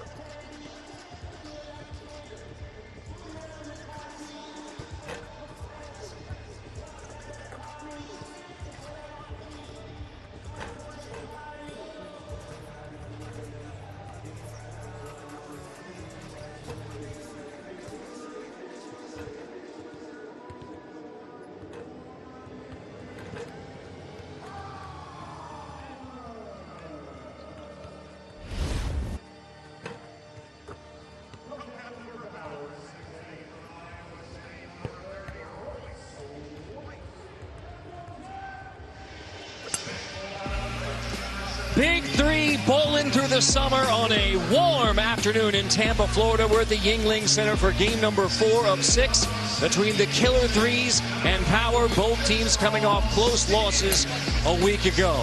It has already been an action-packed day. Enemies a big winner over Ghost Ballers, Tri-State, 11-point win, and then Bivouac with a wild finish and a 3-point win over Threes Company. With Rachel Demita, Brian Scalabrine, the General Avery Johnson, I'm Carter Blackburn. You have both of these teams trying to bounce back, Avery, after those close losses in week 1. Yeah, and it's going to be very important for both of these teams to get off to a fast start. Take care of the basketball. That's going to be very critical. And make sure that you find the open man when you create those 2-on-1s, especially in the Big Three, baby. Power is a team used to winning, used to playoffs. They missed the playoffs a year ago. Glenn Rice Jr. hopes to get them right back in contention for the title. Yeah, Glenn Rice Jr. has been sensational, 17 points. In week 1, he can do it in a variety of ways at all 3 levels, 3-point, mid-range. He's got the power game, and he can play through contact inside. Meanwhile, for the Killer Threes, a dynamic duo, Dante Green and Josh Powell, terrific in week 1. Yeah, they were terrific. Led the Big Three in rebounding in week 1, 15, 14 rebounds. Dante Green is more of a 3-point shooter than Powell, but these guys are really physical on the defensive end, so we'll see if they can play defense without fouling. Green and Powell are carrying the load, at least so far, for the Killer Threes in 2024. But talk about the Killer Threes. Franklin Session is a name that pops out. It has been a wild Saturday so far here in the Big Three, and we expect more in these next 3. Carter Blackburn, Avery Johnson courtside. Power is a team used to winning, as we talked about, trying to get right back in contention in 24. Yeah, we had a talk with Nancy Lieberman walking in, and she said her team's ready. They're ready to go, especially when they listen to her coaching instead of doing it on their own. Spoken like a head coach. Franklin Session, the captain of this Killer Threes teams. We'll see Felder and Johnson coming off the bench. Royce White, the staple for Power, the co-captain. TJ Klein as well has been a big addition for Power. Deshaun Stevens and Marcus Foster. So Killer Threes versus Power. Who's going to go to 0-2? A big hole to dig out of 2 weeks into the season in the Big Three. Nancy Lieberman, championship pedigree, the 2018 Big Three Coach of the Year, her 6th season and a great run as the Power head coach and one of the all-time greats. You ever think if social media was around when she played like it is now for Caitlin Clark? A big-time superstar. And speaking of superstars, Charles Oakley, Killer Threes head coach, now in his 7th season in the Big Three. A Big Three stable. You have 2 veteran coaches and a couple of veteran guys. I mean, you think about Big Three basketball and you think about the staples on these rosters for Killer Threes and Power. So we're ready to go between Killer Threes and Power. And, of course, we set you up with the rules. The first team to 50 points wins. You have to win by 2. There is no game clock. You got a 14-second shot clock. And the free throws. 1 shot, the point values, distance varies. Typically, it's 1 shot for 2 points. Yes, there is a 4-point shot. Any part of the body touching the 4-point circle, you heave it up, that's going to be a 4-point shot. Bring the fire, coach's challenge on foul, and the players go one-on-one. So forget about going to the monitor. It is a one-on-one challenge if a coach sees something that they disagree with. Yeah, we see Ice Cube. He's double duty. He performed last night at a concert, and now he's back here with his passion with the Big Three, baby. Balling through the summer today, indeed. A good day in Tampa with a good crowd on hand here at the Yuengling Center. It is game number 4. Week number 2 of the Big Three 2024. You were showing Charles Oakley earlier. If you ever hear the weight room or the hotel shaking, yo, yeah, it was Oakley in the weight room. He gets it in. It's been a great run for Charles Oakley here in the Big Three. So Green and Powell lead the way for the Killer Threes. It has been a terrific duo so far for the Killer Threes. They'll get it started along with the captain Franklin Session for the Killer Threes. The mainstay for Power, Royce White, out there with Glenn Rice Jr. and Marcus Foster. Yeah, and with the Killer Threes, they were 5-3 last year and missed the playoffs due to a tiebreaker. So every game, these first 2 or 3 weeks is critical to setting the tone if you want to make the playoffs. So the Power were defeated by Threes Company last week by 2 points. The Killer Threes lost to the Ghost Ballers by 2 points, trying to avoid the dreaded 0-2 mark to begin the year and the Big Three. Here's Foster on the wing, looking to the post, to the versatile. Already a shot clock violation, took too long getting it in to Glenn Rice Jr. on the post. And remember, this is 14-second shot clock. So you got to really, all of your passes, entry passes, dribble drives early on, you got to be aggressive. You can't play lateral. Time flies in the Big Three. Yeah, you got to go north and south. Green steps up for a long two and misses. There the rebound is Session. So kick to the baseline and nice on the offensive glass for the Killer Threes. A 2-0 start as Powell hits the baseline J. And that's what I was talking about, the difference with Powell and Green. That's Powell's sweet spot. That's really a layup for him if he's wide. White trying to back down on Powell. Draws the double. Nifty pass for Foster. The tie to 2. And had a chance to spend some time talking to Royce White last night, and he said, you know, he really wanted to get more of his playmaking ability into these games, but he's got to be a threat to score first. Mission accomplished with a nice pass out of the double team. Green off the bounce, dribble handoff for Powell. So the two-man game on the left side, Session on the wing. Turnaround, pull up well short, but a foul is called before the shot clock goes off. It is on Royce White on the shot. And that's what you want with officials. Even if it's a little late, make the call. And right here, looked like he got him right there on that right, on his shooting arm. So Green gets 1 shot for 2 points. And the Killer Threes have an early 2-point lead. And remember in the last game with Bivouac, because Threes Company called the timeout that they didn't have, Bivouac goes to the free throw line and wins the game. Game-winning free throw. White backing down on Powell again. This time Powell left alone in the post, so White takes him, draws a foul. Last time a double comes, this time Powell trying to D up White gets the foul. And you can tell to start, Coach Lieberman is trying to establish White early on that right box so that they can give him his left hand, left shoulder jump hook when he comes back to the middle. And so far you have an assist for White and a foul drawn by White on those 2 post-ups. This time Powell defending White alone again. So here's White in the low post, banging with Powell in the paint. Left it well short. White gets the offensive rebound, but throws it to Powell, and that's an easy 2 for the Killer Threes. I think it was it a shot clock violation? I think we're going to check on that. The shot clock violation before the easy 2 for the Killer Threes. Yeah, it looked like it was a violation.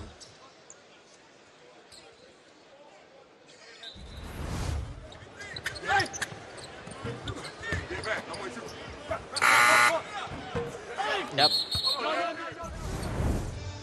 So our second shot clock violation already, and we're going to double check to make sure that. All right, we're just looking at the shot clock violation. I mean, to see if the ball hits the rim prior to. Let's check in with Brian Scalabrine. I think when you look at that play, do you decide, does White establish possession on the behind-the-back pass, which turns into a turnover, which are allowed to go up? If he does not establish possession, then the Killer Threes would have had to clear. So here's the possession. If that's possession, then that shot would be good. Yeah, because it hit the right side of the rim, Scal.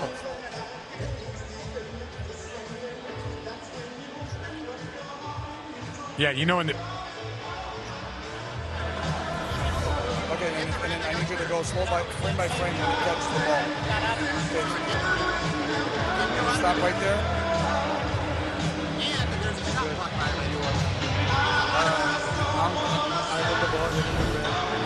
That is close. Give me 1 second. Hit of the rim, ball regained, it's a steal, successful goal. Correct. Okay, we're good, thank you. I thought it would be a turnover on White, and that would be a successful steal, correct?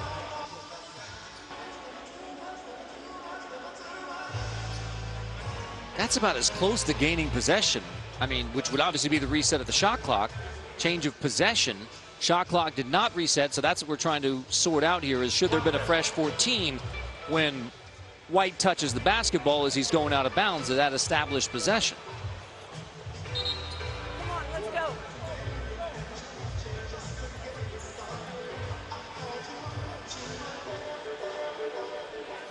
Here comes our explanation.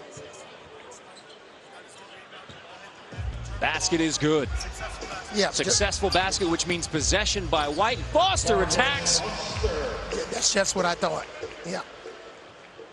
So the easy two gives the killer threes the 6-2 start before the bucket from Foster. That was very close. So the call was possession by White. Shot clock reset, basket good. Session drops it off for Powell on the baseline. A nice look from Franklin Sessions. Nice little penetrating pitch there from Sessions. It's all about reading the defense. Foster, pick and roll. Glenn Rice Jr. left alone, misses the three. Doesn't miss a lot of those open threes. Cleared by the killer threes. So when you get the switch, how do you want to attack? Powell mishandles on the baseline and knocks it down anyway. Nice baseline recovery from Powell. Powell is cooking with the mid-range. See, statistically, with this new analytics, that wouldn't be a good shot, but it's a great shot in the big three. White immediately attacks and draws a foul. Boy, White has been aggressive from the start for Power.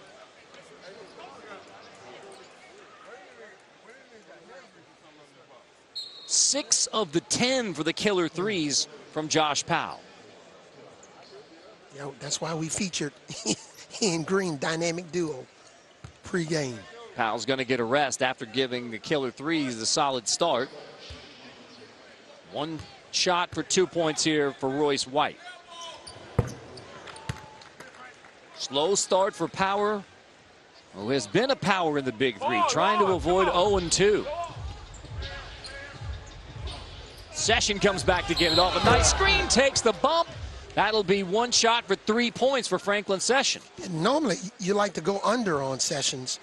So, you know, Marcus Foster made a decision to try to fight over.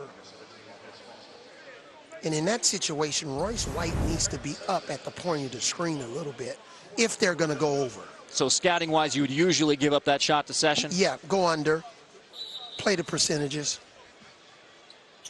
We can't wait all day. TJ Klein's going to sub in next for Power.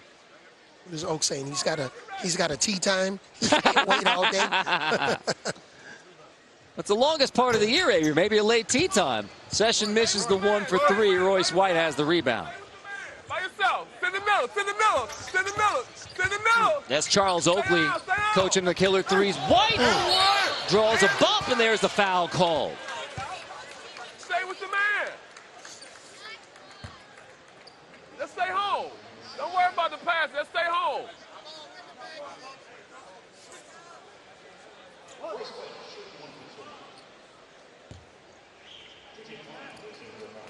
They say better than help defense is just staying in front of your man. Yeah, he really doesn't want to switch. He does not want double teams. And Oak, when he played, you know, if he played against a post-up player, it was insulting to get a double team. Session attacks. Session. Klein bumps play on. There's Felder with the stick back. Glenn Rice Jr. has it and clears for Power. Send the middle. Middle. And that's exactly where Rice goes. So they wanted to send the middle, end up with an air ball. Will, go up slow. Go to the rail.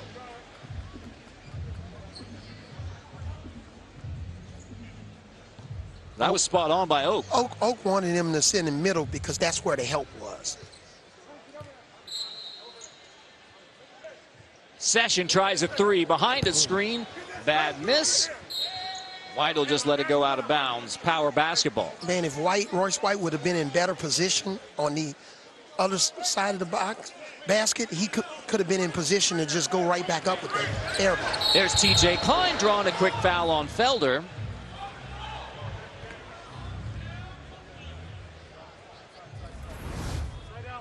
Yeah, when you get caught out of position like this, normally bad things happen.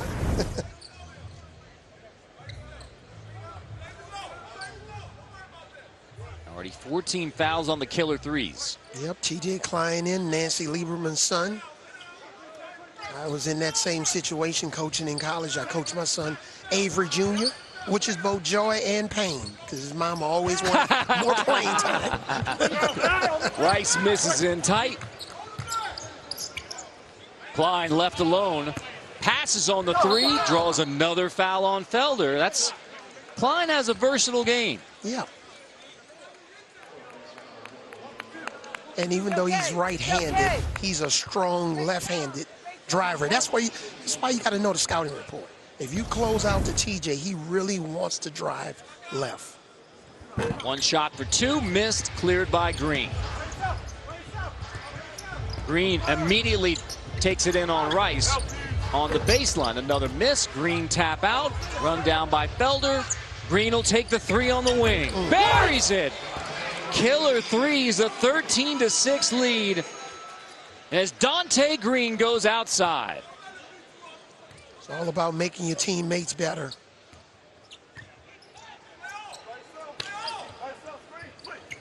And just a little tidbit here. Felder, that's Charles Oakley's nephew. And he's all in the family with Klein playing for Lieberman, Felder playing for Oakley. Green gets the block, tries a three, leaves it short, fighting for the offensive rebound. Taken by Session, and now an all-out fight won by White. So a loose ball as Rice puts the sidestep on for the bucket. Little Euro step from Glenn Rice Jr. He can just score in so many different ways. Session kick out, Felder fires the three. Left alone, Rice has the rebound. Rice banging down low with Session. Double team comes, Rice takes it anyway. Rice starting to get aggressive. We know he can get it heated up. 17 points in week one.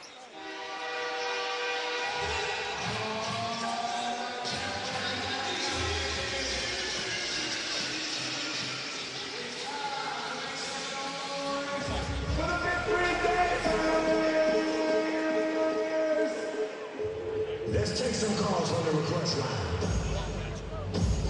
Well, we talked about Nancy Lieberman coaching her son TJ Klein, but one of the greatest point guards to ever play the game, Nancy Lieberman, in her days at Old Dominion. And there's Rachel Demita in her days at Old Dominion, playing for one of the most storied teams in women's college basketball, ODU. Okay, Rachel, all right. I'm feeling the hairstyle. Oh, dear. Listen, that's the only time my hair has ever been short, and I very much regret it. And I just want to say, Nancy is a living legend. I shouldn't even be in the same conversation with her, even though we both went to Old Dominion. She is the best female basketball player to ever come out of ODU, one of the reasons that I went there. And it's honestly been such an honor working with her. She's been amazing.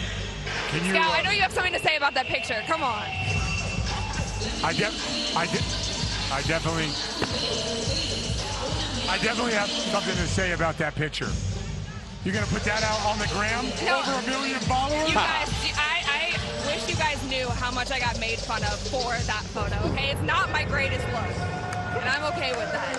All right, I'm still repping ODU. Scal was so ready to get in on that he got tongue-tied. That's a rarity. I wonder what was the strength of Rachel's game. Was she a three-point shooter? That was it. Assist? That was it. Just threes. So Nancy's assist record was safe at Old Dominion from Rachel Demita's game? Oh, yeah. I need Nancy to give me those nice passes. But everything of Nancy's is safe when I'm playing. A staple of Big Three basketball. Like you said, Avery, it was fun. As soon as you walk in the building here in Tampa, there's Nancy to greet you and talk about her team trying to bounce back from a disappointing 2023. We told you about the Killer Threes, Killer Two, Powell and Green. They're living up to it. The power of two. The dynamic duo, they're putting on the show. We'll Get see. it right back into Green's hands. That's tough, too. Yeah, and Carter, if I was coaching against Powell and Green, I would try to force somebody else to score. So run two defenders and get it out of their hands at some point? Some point. Right now it's Deshaun Stevens guarding Green on the wing. Session bumps into our table, gets it back on the cut, lays it in off a good look from Green. And if you notice, Marcus Foster's made a couple of poor decisions defensively, trying to fight over pick and rolls on Sessions instead of going under, and you definitely don't want to get backdoored by Sessions. Nice. Foster on the offensive end gets it back. Yeah. And that's what you got to do. Foster, if you look at him physically, you know, he's a power guard, and he's got to get downhill against Sessions. Dante Green trying to take Klein off the dribble drive. Klein stands his ground, cleared by Power. Ooh. Foster, nifty move, floats it, back-to-back buckets by Marcus Foster. And sometimes when your best defense is your offense, forcing your defender to guard you, and you got to be a threat.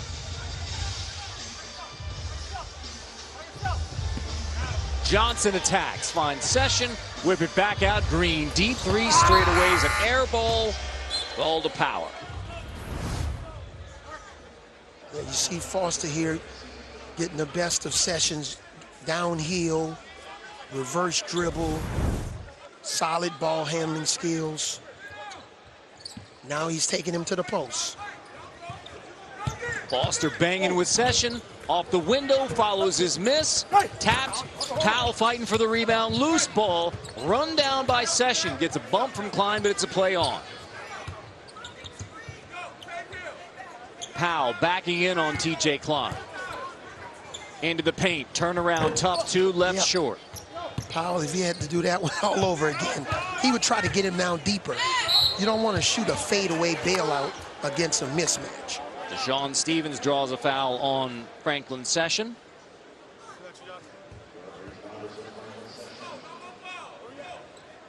I've been really impressed with the crowd. The attendance here, energy in the building. Tampa's showing up. All day the crowd's been good. Excellent. Line looking for the back cut, throws it away, looking for Foster. I think I heard a number earlier that was 9,000 fans in attendance. Full day of hoops. This game number 4 of 6 today in the Big Three. Clear out ISO. Pull up, tough two, won't go. So Foster attacks. Klein left alone for 3. Leaves it short, gets his own rebound, finds Foster with a nice tip. TJ Klein is one of the best players in the Big Three to follow his own shot. So you got to make sure you box him out. Nice little touch pass here. One thing I'm really impressed with, based on this game, it just looks like the guys have come back in better shape. If you look at the first 3 games, the first 2 that was on CBS, the third one that was on X, if you look at them, they've come in magnificent shape. Just physically. Yeah, and I think that's going to create some parity in the league. And even though the enemy is trying to repeat, you got quite a few teams that can win the championship this Klein year. through tough D on the post from Johnson. Tough finish from TJ Klein. Killer threes have led by as many as 7, but Power has come back to even it at 18. Sessions step back. Foster recovers. That was a nice job by Foster to stay down on that pump fake. Oh, good move. Johnson gets a step on Stevens all the way, wipe it out. Shot clock violation right before the shot was off after a nice move. Look at the hesitation, like a hezzy guard move. Wow. Clearly, zeros on the clock with the ball in his hand, so good call. Second shot clock violation this half. That's rare in the usually quick-hitting Big Three. White steps into a 3 right off the bench. White misses, follows his own miss, and goes behind the back to Rice. Well short, an air ball, follows his own miss. Rice, stick back. That's a hard-earned 2. And see, now, if you're in a situation, you know, Killer Three's got to do a better job of boxing out, because that's the second time somebody followed their own shot. Johnson, kickback. Green steps into the 3. Tapped into the hands of Foster. So you need a little bit more cutting and moving. It's just too stationary. You see some one-on-one for Power? Yeah, it's easy to guard. You gotta move bodies. You gotta cut. Here's Johnson attacking, kicking. Powell in the corner for 3. Boarded by White. So after Power trailed by 7 early, a 2-point edge in the ball. Foul on the entry. That could have easily been a double foul. Instead, Johnson's going to get it getting tangled up with Glenn Rice Jr.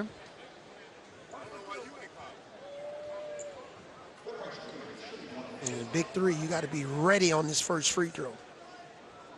10 points for Foster, 6 for Rice, 4 for the rest of the team. It has been Rice and Foster carrying the load for Power.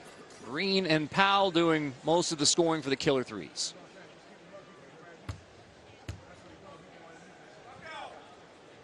Into the bonus, Rice rattles home the 2-point free throw, and Power has its largest lead so far. And I think the key to this game is going to be which team can find that third score to help out offensively.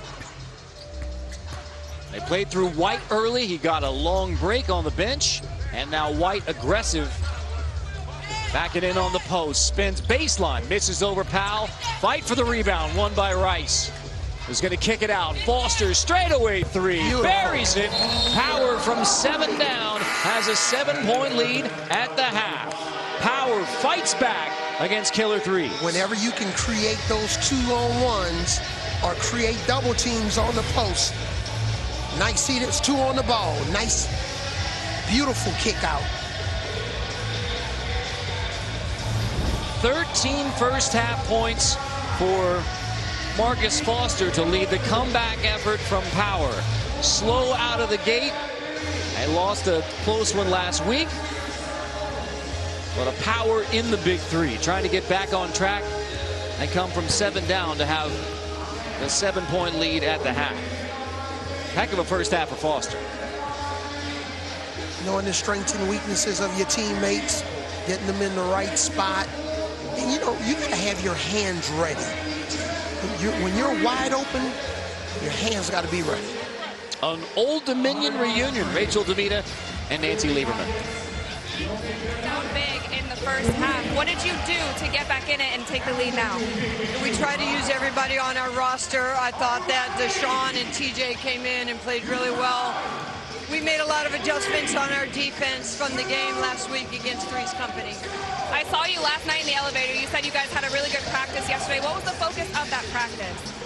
The focus was, what is it that we really want to get out of this season to a man?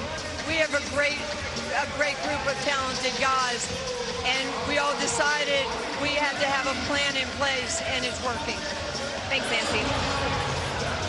Well, a different defensive strategy and an aggressive first half from Marcus Foster. 13 first half points as Power comes from behind to take a 7-point lead at the half. Game number 4, Big 3 in Tampa. 3, that's a magic number. The Big 3 is back, coming in hot all summer long.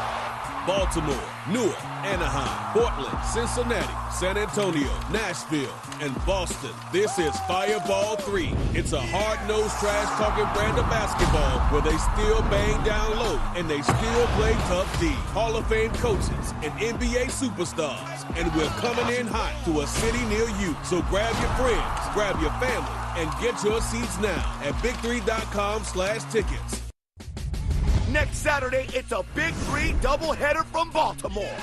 First, Jeff Teagan three-headed monsters take on Gerald Green and Bivouac. In Game 2, the ladies battle it out as Lisa Leslie's Triplets take on Nancy Lieberman's Power. It's all going down next Saturday as Big 3 is coming in hot to the Charm City.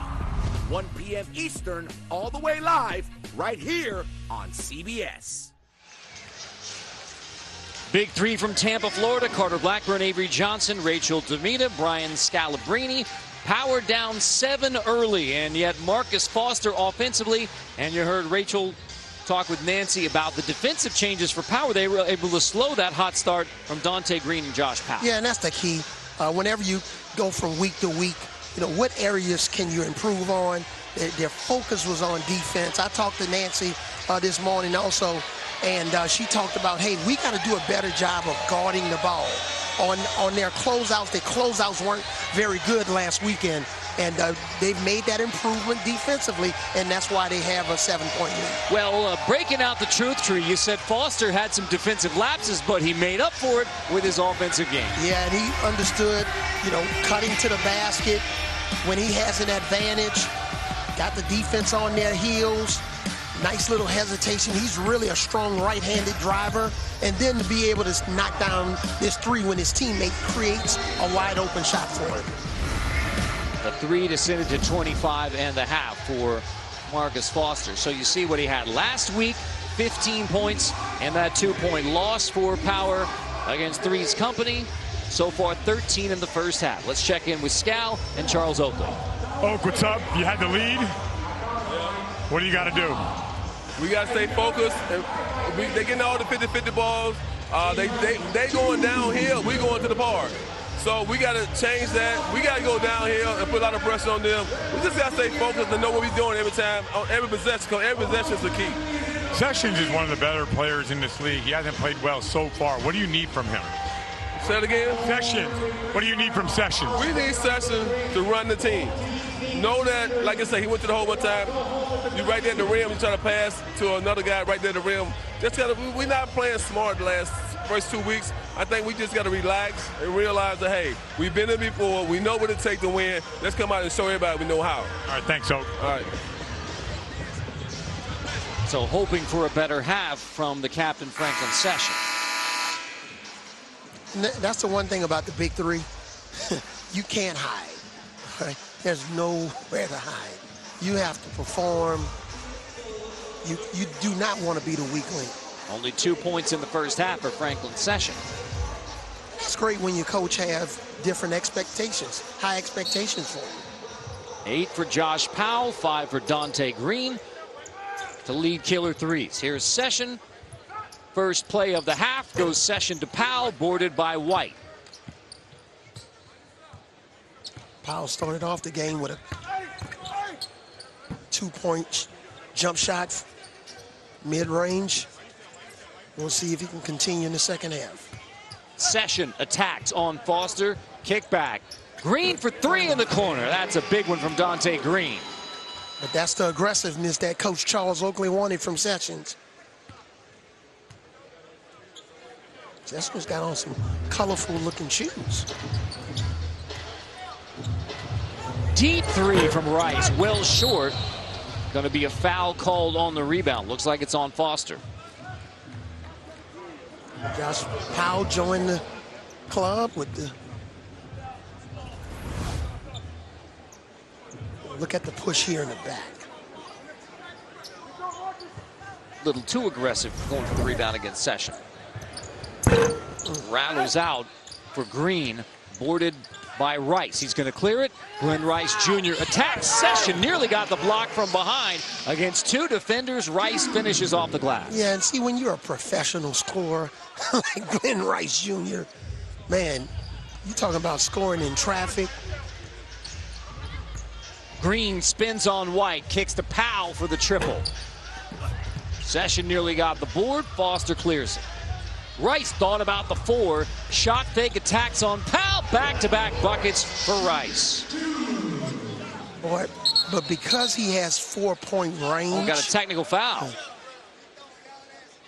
What's the technical? Is it on White?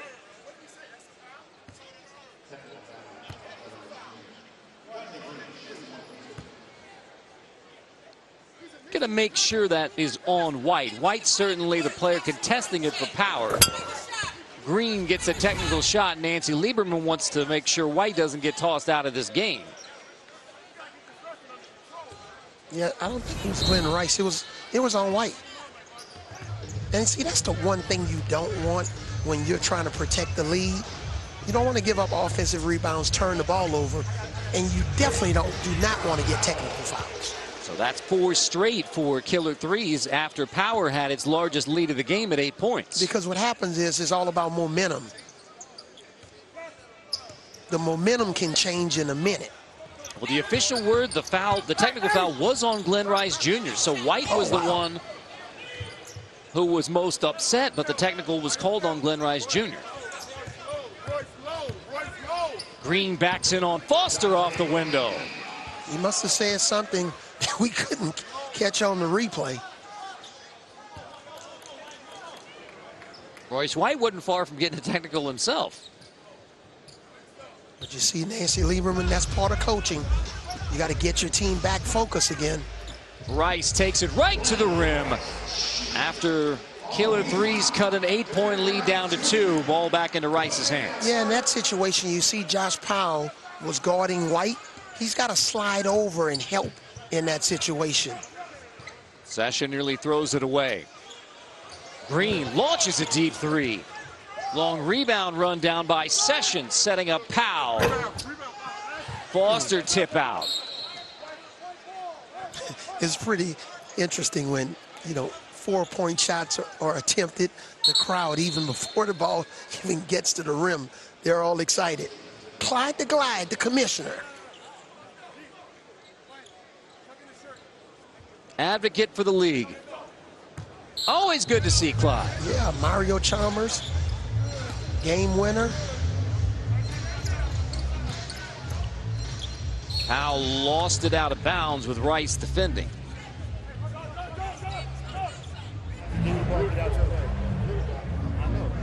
Chalmers knows something about clutch shots. Yep. And the national championship winner for Kansas back in 2008. Stevens crossover, misses off the window. Fight for the rebound, won by Rice. Rice attacks, drops it off. Stevens fouled hard.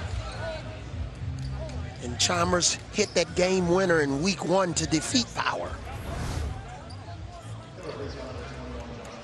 Nice cut. See, in that situation, I know if Stevens had it all overdue again, just catch it in the air. Treat it as a lob.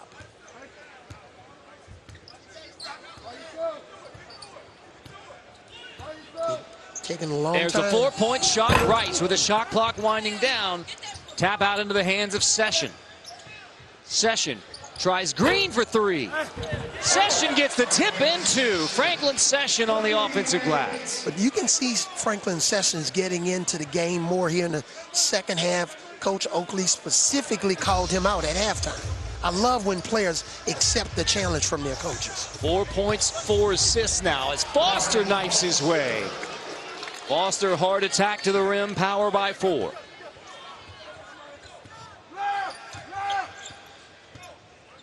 Session off the screen from Powell.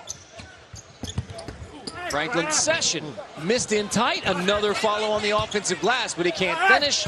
Session will go right back up, and now Powell finally finishes on the 3rd chance. Yeah, Powell made the shot, but that's all because of the all-out hustle. Tenacity from Franklin Session. Look at this for his size, man. The 2nd and 3rd jump, keeping the ball alive. Foster pulls up for 3. Green has a tough rebound. You just can't coach effort. That's got to come from the player. Session guarded by Rice, crossing over, tries to lean in, no call. So an easy stick back from Stevens after the miss from Session. Yeah, Sessions just got caught in between on that shot.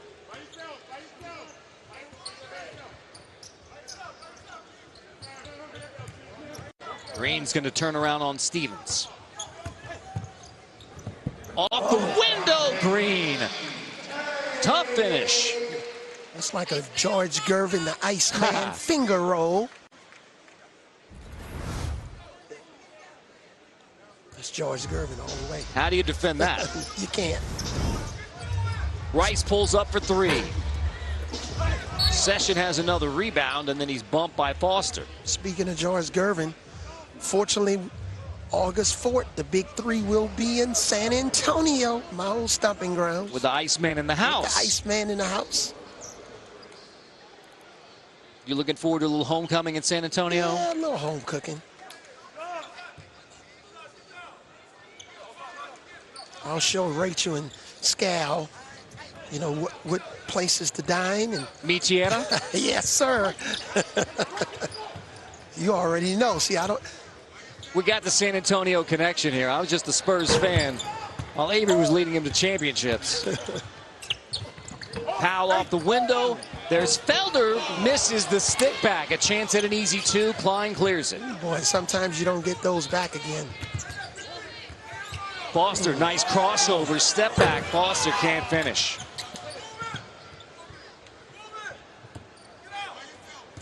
Keep hearing Oakley saying move it.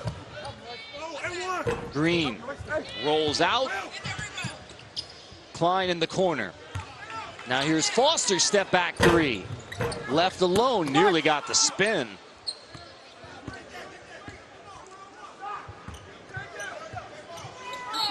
Oh, foul called on Klein, a little nickel dimer. Let's check in with Rachel. Guys, big update. We just hit over 1 million views, and because we did that, I wanted to give you guys a chance to win some Big 3 merch. This is actually the first giveaway that we are doing on this X stream, but in order to win, you have to know some trivia. So I have a trivia question for you. Guys, get your phones ready, your laptops, however you're watching. The first one to comment the correct answer will be DM'd by the Big 3. We'll get your address, and we will send you some amazing merch. So you guys ready? What team won the first Big 3 championship? Comment the team name right now. First to win the Big 3 championship in season 1. Let's see, chat. Oh, my chat's slow to load. I'm waiting. What do we think, guys? I know the answer. No, you can't win any merch. Oh. Okay? Avery's ineligible. It's only for fans. Can I? Oh man, I wanted the Big 3. Oh, we merch. have players, but we don't. We have some teams coming in, but we don't have the. Oh, CJ. I think this is the first one. Oh, Matt. Nope. You know what? I'm gonna have Big 3 check it out to see, make sure that we get this winner correct. But I see the teams coming in. Or no. I think we have a winner. We have a winner. Can I say the answer? All right, you guys, make sure that your DMs are open. The Big 3 will be DMing you, reaching out to get your address. Stay tuned for who? What's the answer? I know the answer. I know the answer. What's the answer? Trilogy. Were you there for the win? No, I wasn't there. I was still. But you were tuned in. You've been tapped in for 7 seasons now. Thank you, Rachel. Year 7 of the Big 3. Carter Blackburn with Avery Johnson. And it is stronger than ever here in 2024. Seemingly a wide open league this year. Although maybe enemies at the top. Yeah, the enemies, because of the core. They've had the most consistent core players in the last several years. And they just know how to play well together. And I think they have a significant opportunity to repeat. And they've gotten off to a great start. Bivouac with the big win to go to 2-0. Come from behind win for Bivouac. These two teams trying to avoid 0-2. Charles Oakley's killer threes, a 7-point lead. Early, Power led by 7 at the half. Let's listen to Oak.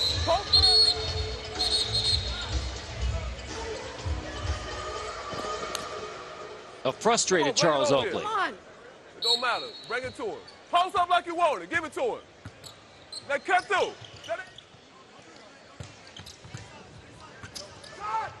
Powell from the elbow. That's out of bounds off of Glenn Rice Jr. So Josh Powell can absolutely make that shot, but I would love to see him mix in a cut on that double team. Let's listen to Nancy.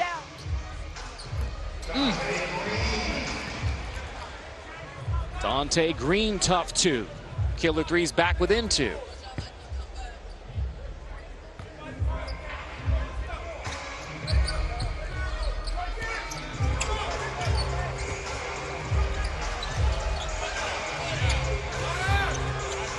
Here's White attacking. White misses, follows his own miss. How about a third chance? He misses all 3. Finally, Klein. But looks like a foul is going to be called before that bucket from TJ Klein. Man, 2 big power moves in a row by Royce White going to the basket. Here it is, and just can't finish that layup. Gets it back again. He's not going to miss too many of those. Green pulls up on White. Green has 18 now with a killer threes, and we're even again at 37.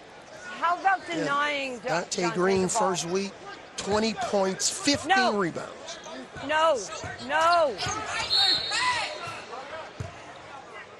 You heard Nancy say, how about denying Dante Green, which is what you've been calling for since the opening couple of possessions of this game, Avery. Great minds think alike. Mm-hmm. TJ.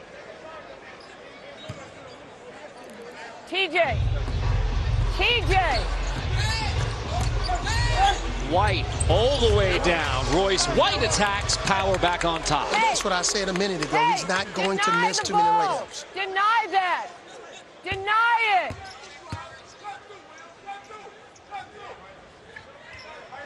Instead, the ball back in the hands of Green. Backs down, fades. Rice defending. Foul called on the rebound. White gets tangled up with Felder.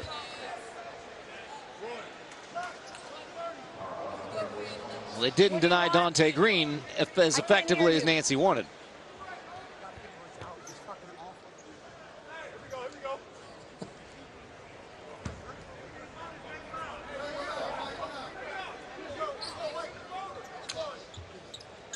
On the floor, killer threes ball.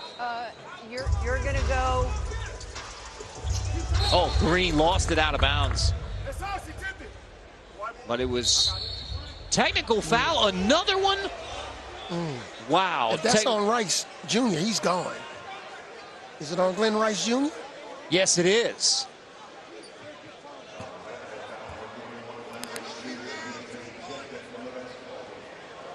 Rice is gone.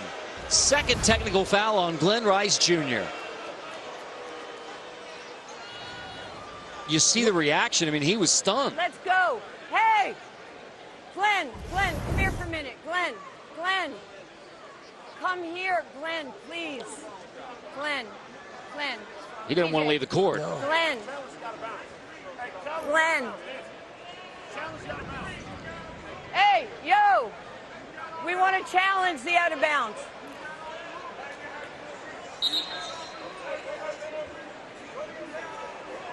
Glenn Rice Jr. is not leaving the court. Well, he's got to leave the court.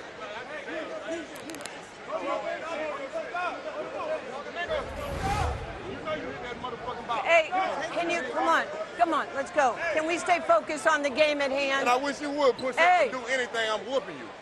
Hey, come on. Hey, you know, fellas, this is corny. We got to control this shit. It's out of control. Okay. TJ. It's out of control. TJ, I need you guys to lock in. Yep. Glenn.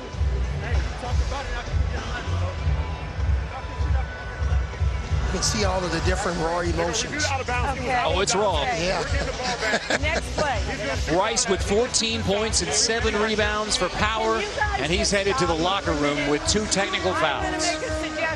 And when you lose your leading scorer. Play on the line of the ball and up the line of the ball. I'm not going to let it catch you. I'm not going to let it catch you. But when they call a foul, that's what with. Are you going to get a technical? No, I'm not going to get a technical. I'm just going to deny the ball. He's kicked out the game. I'm just going to deny the ball. Frustrated Rice Jr. walks off as we get the further explanation as to what's coming. 2 free throws coming for 4 points, and then a challenge by Nancy Lieberman on the out-of-bounds call. And see, that's why we talked early on about that first technical that Glenn Rice received. We thought it was on White. Stop. We need to box out and not bitch. Box out. But like you said, Avery, that first technical foul on Rice looked like it was on Royce White, but goes in the book on Rice. And so arguing this call. Play fast and hard. Looked like it went off Dante Green's right hand, right fingers. They're going to be shooting. You heard the captain of Power, Royce White, tell Nancy Lieberman challenge it. He thought that was going to be a clear one. And you know the bad part about this is, if it is off of Green and the referees would have gotten it right, then maybe Glenn Rice Jr. wouldn't have been as animated. We're over. If we get our next stupid-ass foul, they're shooting the rest of the game. TJ, we have 5 fouls. I got you, Mom. Now, that's pretty cool, because I've often wondered what CJ calls Nancy. He say, Mom. Challenge is successful, so it'll be power basketball. And guess who was right? Glenn Rice Jr. He was right. But he's in the locker room. Green misses the first, got a second free throw coming. And then it's going to be power basketball because they won the challenge. Green manages to hit the second. So we're back to even at 39 in a contentious battle between Power and Killer Threes. Power led by 7 early. Rather, Killer Threes led by 7 early. Power led by as many as 8 in the second half. That's why you want to try to control the controllables. And one of the things you can control is how you communicate with referees. So Foster attacks. Oh, that's going to be goaltend.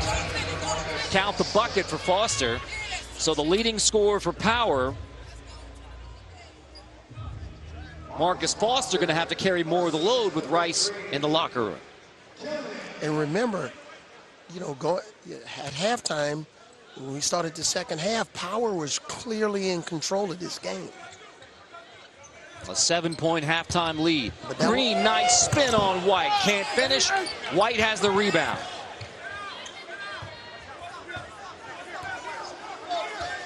Klein clears it out.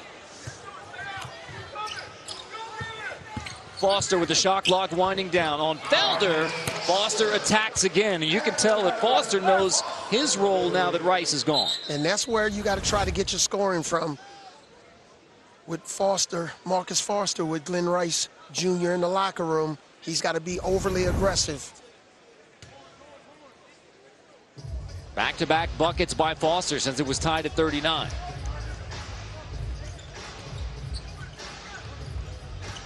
Felder's shot fake. Get it into Powell. Backing in. Here comes a double on Powell. Klein has a rebound, tips it to White for an easy 2. 6 straight for Powell. Boy, Powell almost could have just made a behind-the-back pass because his teammate was open underneath the basket on that last double team. Killer Threes need a run with Power 5 points away from a victory. Tough bucket.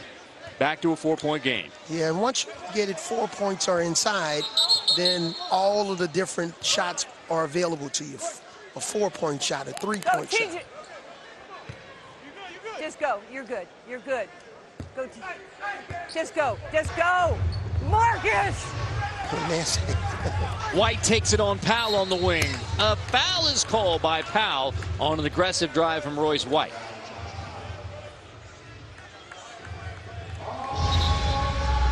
Oh, here we go. Bring the fire.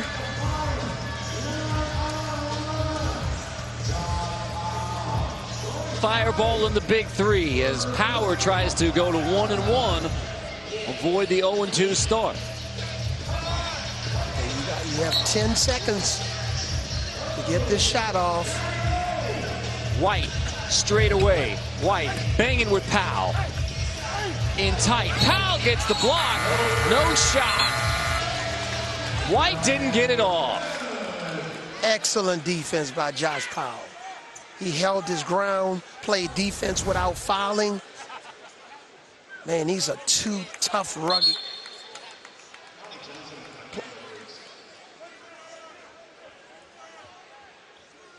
Frustrated Royce White. Big possession here for Killer Threes. Johnson finds Powell attacking on Foster. Shot clock at 5. Johnson gets a bounce on Klein. Tough finish with the left. It won't go. Cleared by Foster. Power closing in on the victory. Foster attacks on Green. Green gets the block at the rim. Foul fighting for the rebound. But the one thing that both teams are not taking advantage, they're not getting enough players on the offensive glass. Either no one's going or one guy's going. The 2 players not involved in the play, Once this shot goes up, both players need to go to the offensive glass. We have another Bring the Fire challenge from Nancy Lieberman. Hits the Bring the Fire button, so now Johnson and Klein, mano-a-mano. And where Johnson is starting, can't step back behind the three-point line because that would be a violation. So only 10 seconds. This is big for killer threes. You see where his positioning is. Johnson on Klein. Johnson to the rim, finishes, and Johnson bringing the fire. Killer threes back to within 2 points. Yeah. That's bringing the fire right there. But the smoke rolling through the Bring the Fire challenge. Not because his last name is Johnson. We're not related, Carter. Just a fan of the game, right? Yes. Killer three basketball. A chance to tie or take the lead. Crossover, Green tries to dump it off for Powell and throws it away. Green trying the late pass for Josh Powell. Yeah, that was just some miscommunication with Green and Powell in that situation. With Glenn Rice Jr. in the locker room, 2 technical fouls. Power trying to close it out and avoid the 0-2 start. Foster knocked away by Johnson. Although it went out of bounds off of Foster, looks like it'll be killer three basketball. Power having trouble closing out. Yeah, and it's also pretty cool how the fans really take to Bring the Fire. That they really love that. They get excited. That adds even more energy when players are going one-on-one. Johnson gets a step on Foster. Foster recovers. White gets the rebound. Power 5 points away from a win. Klein's going to back in on Johnson. Klein turns, misses off the window. Look like TJ passed up a wide open three.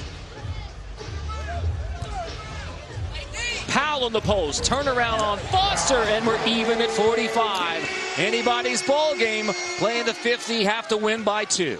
Yeah, an excellent elevation here. Body control by Josh Powell. Faded away, created that separation. White attacks on Green, gets a foul. Count the bucket. 47 on the board for Power. Hey, man, that's a big freight train coming down. You're talking about 245 pounds.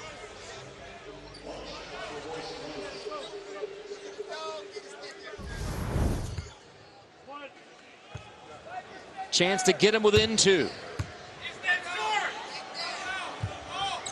White finishes off the three-point play. Power, who trailed by 7 early, 2 points away from the win over killer threes.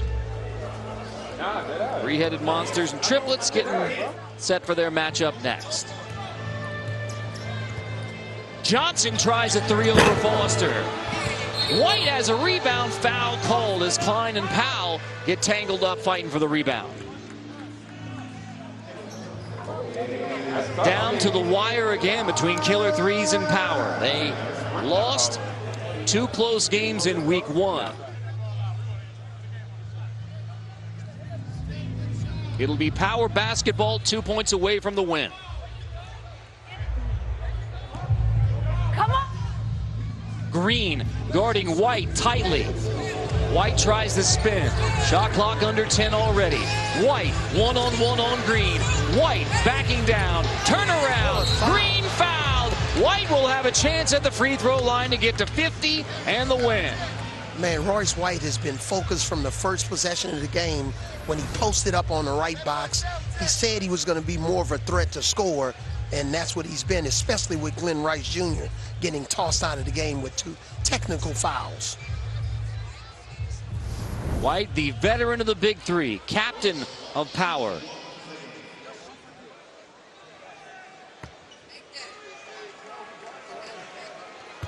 One shot to close it out. White. Oh, short airball. Airballs the 3. Killer threes have a chance. Down by 3.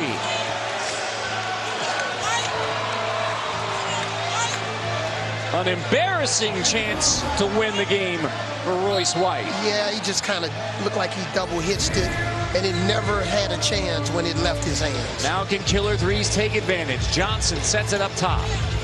Klein out to defend him. Johnson sitting on the 4-point. Shot clock winding down. Johnson attacked, misses off the rim. Rebound by White. Another chance for Power to win. White clears. We'll see if he's going to be aggressive to score. White takes it in on Johnson. Kick. Klein for 3 and the win. Killer Threes still in it. Johnson fires a quick 3. Air ball. Out of bounds. Killer 3 basketball.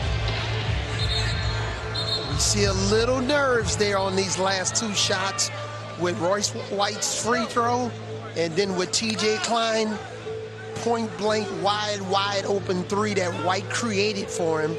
I probably wouldn't have double teamed White in that situation. Last week it was a 2-point loss. The Ghost Ballers 50-48, and now Killer Threes trying to avoid a heartbreaking 0-2 start. Attacking to the rim, Green finishes. Now Killer Threes are 3 points away from the win. Remember, you have to win by 2. Oh, this is shaping up to be potentially our best game of the day. Down to the end. Now it's in Foster's hands, guarded by Johnson.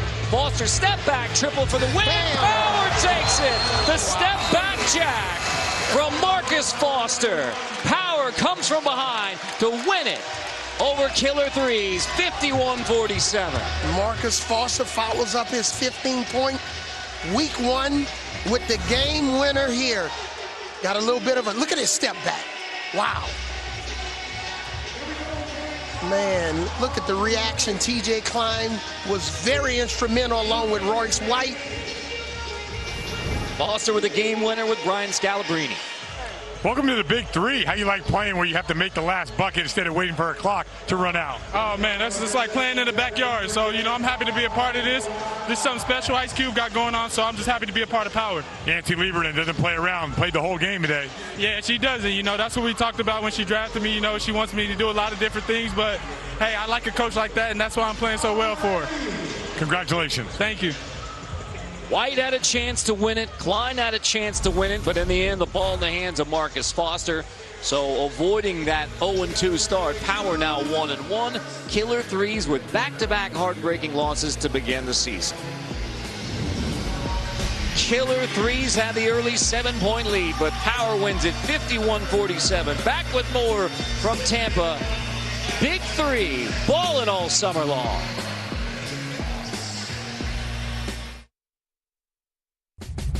Next Saturday, it's a Big 3 doubleheader from Baltimore. First, Jeff Teague and 3-headed monsters take on Gerald Green and Bivouac. In Game 2, the ladies battle it out as Lisa Leslie's Triplets take on Nancy Lieberman's Power. It's all going down next Saturday as Big 3 is coming in hot to the Charm City. 1 p.m. Eastern, all the way live, right here on CBS. Fire and Ice. Big 3. Cube's vision of summertime fun is back. Big 3 basketball. All right, here we go. The most thrilling stars. Never know who you're going to see. Legends of the game. Young stars. My God. Plus halftime concerts and fantastic finishes. And this new season, we're streaming on X and airing live on CBS all summer long. The Big 3 is back, coming in hot all summer long. Baltimore, Newark, Anaheim, Portland, Cincinnati, San Antonio, Nashville, and Boston. This is Fireball 3. It's a hard-nosed, trash-talking brand of basketball where they still bang down low and they still play tough D. Hall of Fame coaches and NBA superstars. And we're coming in hot to a city near you. So grab your friends, grab your family, and get your seats now at big3.com/tickets. Welcome back to the Big 3 on X. Thank you guys so much for hanging with us. We are almost to 1.5 million viewers, so make sure that you guys keep chatting, sharing, watching the stream. And something that we're doing new this season is the Hot Mic Room. It was very popular last weekend, but we have some highlights from our first 3 games, so let's check them out. Another week, another W, man. Enemies in the building. It's a lot of hate going on this year. We got to fight for every game. Every game's a fight. Got to be better than by 15. Who do we play this week? We played Ghost Ballers. I'll be lying if I said it was anything else but easy. But I'll be respectful, you know. Good team. They probably going to make playoffs, but we're in a different mode right now, man. It's a lot of disrespect, so we coming to play. You know, we just got to find out to get back to the old Trilogy. We are the dynasty. We have the most championships, so we got to get back to that team. And my team is feeling this loss right now, so hopefully we'll be back next week with the old Trilogy attitude, willing to get this thing to 1-2. We turned the ball over way too much and gave up some easy layups for that. So that was like 10 to 12 points right there. The game goes 50. That's a lot of points. Hey, listen, man, that was a huge call, but we don't make the calls. We just play the game, so we just had to go with what happened. Garland hit a big shot. We hit our free throws down the stretch, so we won. So we just gonna take the win and be appreciative for it. What I love about the hot mic room is it's kind of like a confessional. Those guys go in after the game. There's nobody in there. They're kind of just sharing their raw emotions post-game. We have another great one up for you guys next. We have the three-headed monsters going up against the Triplets. Stay tuned.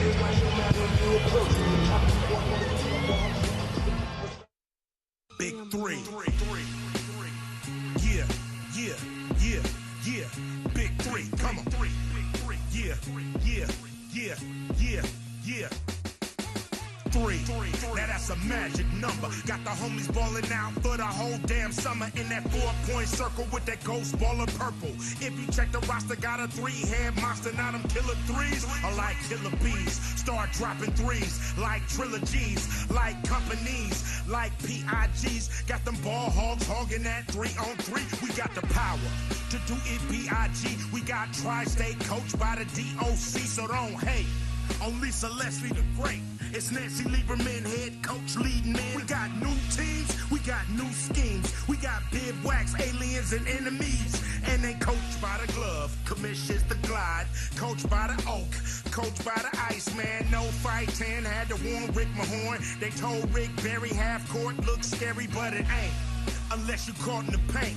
On the give it go with ISO Joe. If you wanna bring the fire, it burn you slow. This is Fireball 3 and that's Swaggy P. Cause we taking the summer and displaying the best. It's the Big Three now streaming on X.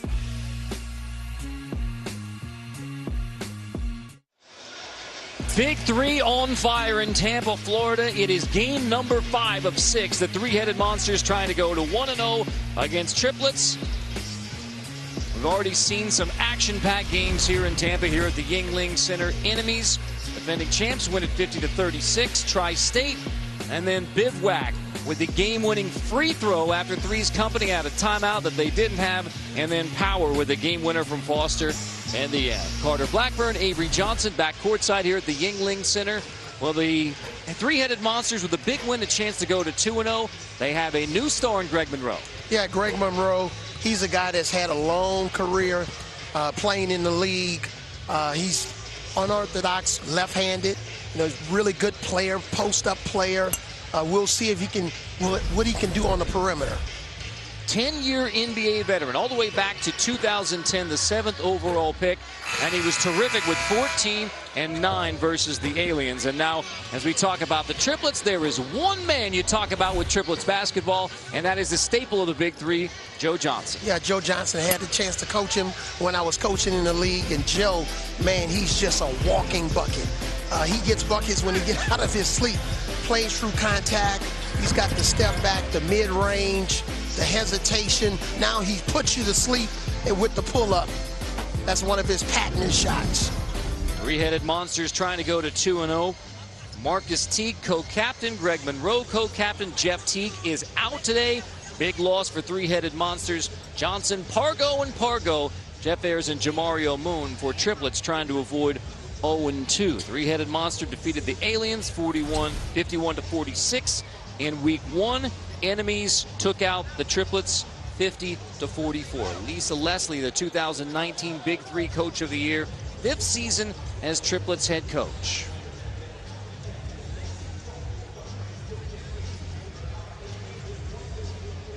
Rashard Lewis in his first season coaching the Three-Headed Monsters after playing 3 seasons for Three-Headed Monsters, moving into that head coaching position. We'll see if Rashard Lewis can have the same impact that Swaggy P had with the enemies, right? There's ISO Joe, still balling. Refresher on the rules, it's first to 50, halftime at 25. You got to win by 2. It's a short shot clock at 14. Free throws, you're going to, point values vary. Distance varies as well. You get fouled on a 3, you shoot from the 3. 4-point shot is available.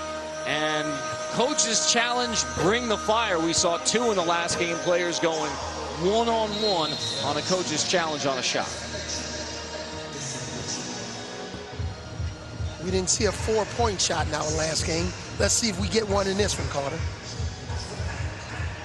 Well, how do you stop ISO Joe? That's been one of the biggest challenges in Big 3 basketball. You know, tomorrow is Sunday, so I would say pray. Start praying early.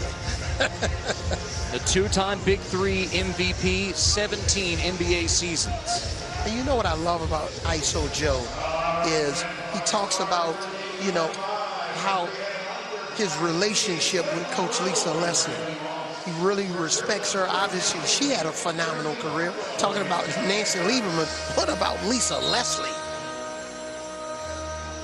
You can imagine her playing in today's game, both in college and in the W. Superstar all the way around, and lovely to be around as well. Had a chance to meet our beautiful daughter on yesterday, who's a tennis player. Went on some school visits to a couple of the local universities. Always excited to see kids when they're trying to advance themselves. Moss takes the first for Three-Headed Monsters. Pargo clears it. Here's Johnson behind the back. First touch for ISO Joe. Backing in, draws the double. Creates for Ayers off the shot fake. Yeah, double dribble, exactly, Avery.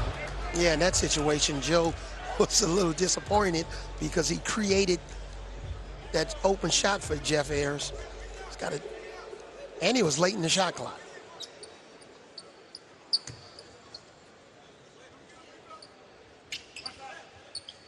Marcus Teague sets it up. And Jeff Teague out today for Three-Headed Monsters. So short-handed against Triplets. Monroe backs in, goes baseline and finishes. There's Greg Monroe's game.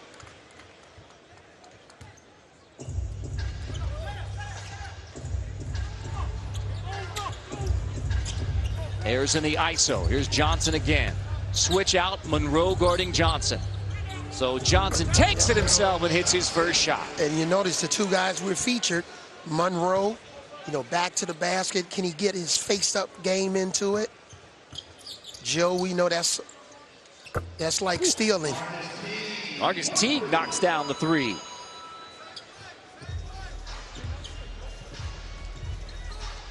We'll see if the Three-Headed Monsters can get away with switching Monroe on to Joe Johnson as the game progresses. Now it's Johnson on Monroe, so Monroe tries to muscle his way in. Johnson D's him up. Back to ISO Joe in the corner. Here's that matchup again, Monroe guarding Johnson. Yeah, I think they'll get the best of this matchup. Johnson crosses over, misses the tough 2. Rebound, Teague keeps it alive, but then throws it out of bounds. Three-Headed Monsters ball. The experience versus inexperience. Look at what the career games played before this season. Just 3 for Three-Headed Monsters, whereas Triplets, veteran team in the Big 3. But also it speaks to infusing some new energy and new life into the Big 3. You know, Brandon Moss, you know, last week for the Three-Headed Monsters, 11 points, 8 rebounds. Teague has a pair of 3s. Monroe hits the deck. Ayers dumps it off, and there's an easy 2 for Joe Johnson. Isn't Joe just so crafty? You know, nice little shot fake, defender in the air, reverse dribble, use the rim. Teague off the screen, pick and roll. Monroe can't finish, takes a bump, but it's a play on. Johnson quickly fires the 3. Ayers has the board.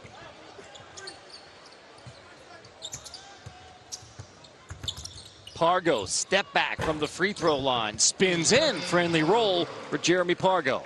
Yeah, we got the Teague brothers, the Pargo brothers. Well, we won't see Jeff today, out. Yep. Moss attacked and lost it out of bounds. You got to have really big hands when you turn the corner to try to shoot a scoop finger roll layup. Otherwise, you got to control it with two hands until you go up. Ooh. Johnson nifty through the paint, now trying to back down on Moss. Moss plays him straight up. Johnson gives it up. Ayers launches the three and hits it off the look from Johnson. That's what Joe was looking for a couple of possessions earlier. He wanted Ayers to just catch and shoot when he creates that double team. Three-headed Monsters with the week 1 win. Last year they went 1-5, so a chance to go to 2-0 and better your record from last season already. Pargo misses the three. Stepped out of bounds. Moon stepped out of bounds, so it's Triplets basketball. Brandon Moss from Bessemer, Alabama. The #1 overall draft pick.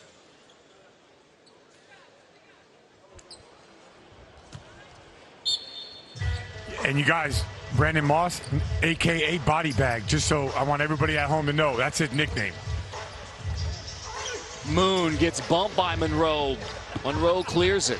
I wonder, Scal, I wonder where did he get that nickname, Body Bag. Wow. Monroe fouled by Moon. Is Brian Scalabrini's nickname just Scal? I think Scal sticks. Okay. There's the foul on Moon. I heard Scal didn't get in until 5 o'clock in the morning after that parade. Oh, yeah. No, I was in it. But, no, my nickname is the White Mamba. So. Okay. And Body Bag is because he dunks on people. That's the deal. Gotcha. That's it.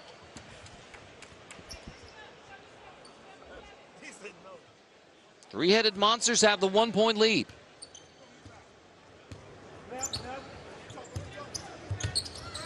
Narrow Pargo finds Joe Johnson. Johnson on Monroe. Way off the window. T gets the stick back, floats it in. Yeah, smart play by T. Ball didn't hit the rim.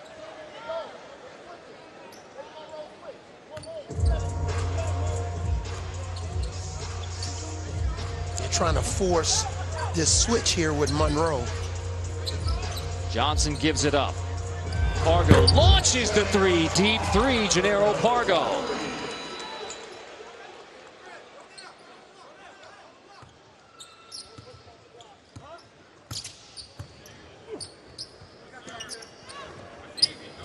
Monroe banging and finishing. That's his money shot. That's a tough matchup for Jamario Moon. That running left-handed hook. All of his 10 years playing in the league, that was his go-to move. Trying to force this switch here. Got Moss in the air. Johnson finds Moon wide open for three. Teague has the rebound and clears it. We'll see if they're going to allow Moon to play one-on-one again. Monroe takes him one-on-one. Moon recovers on the back end and gets it into the hands of Johnson. Quick trigger three won't go. Moon fighting on the offensive glass, takes a bump, ends up in the hands of Monroe, who draws a foul on Johnson. Let's check in with Scal again. Oh yeah, the championship memories.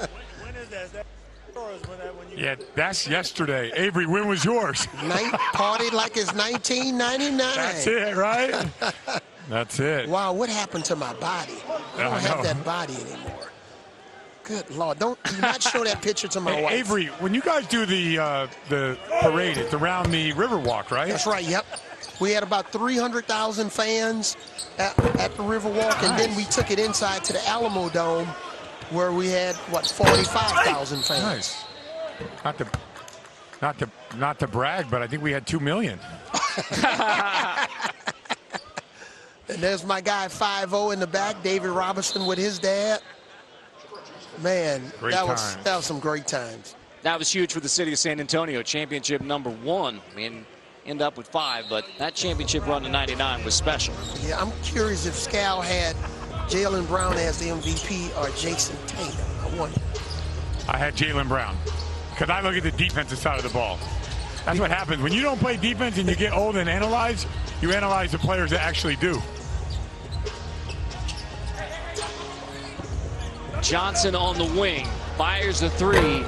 Missed it. Ayers has the rebound. Stick back won't go. Fight for the offensive glass. Ayers wins it and clears it. Thought about the 3. And now Pargo launches him. Joe Johnson has been open too many times.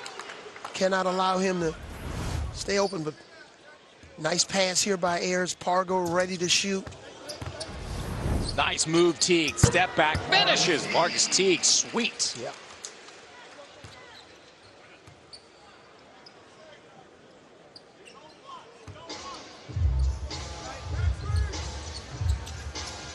Johnson off the shot fake.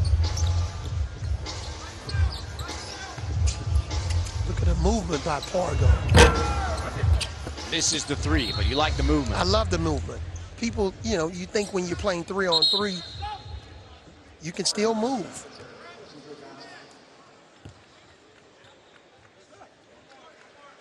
Last season, 3 points. Already 6 for Gennaro Pargo. That's showing up. Off the inbound, taken away. Moss tries the baseline on Ayers. It's a foul called on Ayers. Had a chance to chat with Jeremy Pargo earlier today. He was out at the swimming pool, you know, walking in the water. On a warm day in Tampa. On a warm day, yeah, just trying to, he said, man, I'm just getting my body loose. I said, well, you picked a good day to get loose. So he was using the pool for exercise purposes. Yeah, for his warm-up. Yeah. Teague turns the corner, tries a tough 2 and buries it. Teague showing up. 3-headed monsters by 3. Yeah, and his brother had 10 points last week, and Teague is trying to pick up some of the scoring. Pargo takes a bump.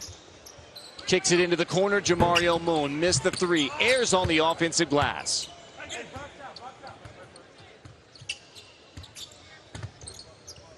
Pargo buries a tough 2. Triplets back within a point. And it's just been exciting to see so many kids here, you know, to be able to get, you know, basically 6 hours of wonderful 3-on-3 entertainment from some talented guys. Tough finish by Houston. No, it's turning into a long day. Game number 5, but hey, there's a long way to go in this one. Ayers misses the 3. Teague clears it. We had our guys Brian Custer and Jim Jackson calling the first 3 games. Those guys are always fun to watch and listen to and learn. So what? They got a wild finish in that Bivouac win. Wild finish. The timeout that wasn't. Pargo hits the 3. Hot shooting on both sides. Triplets down by 3. Yeah, and Pargo just has such a beautiful release and rotation on his shot. Never really has bad misses. Moss crossover and finish.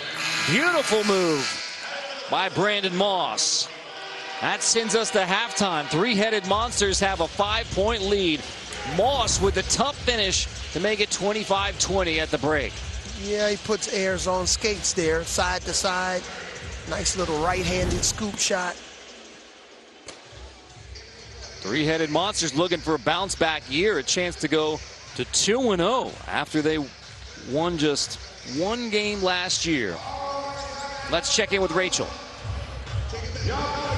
You are down a player today, your brother, but you guys are leaving it all out on the court. What was your plan going into today's game? We knew we were short a player. We just wanted to come out aggressive, try to play together, get ahead early, give ourselves a little cushion. What do you need to do in the second half to close it out? take away their threes. Gave up a couple threes at the end. I think if we run them off three-point line, we'll be fine. Catch your breath. Catch your breath. Thank you. Three-headed monsters showing fight, trying to get to 2-0. A 5-point lead at the half. Game number 5, 25-20. Three-headed monsters on triplets at the half.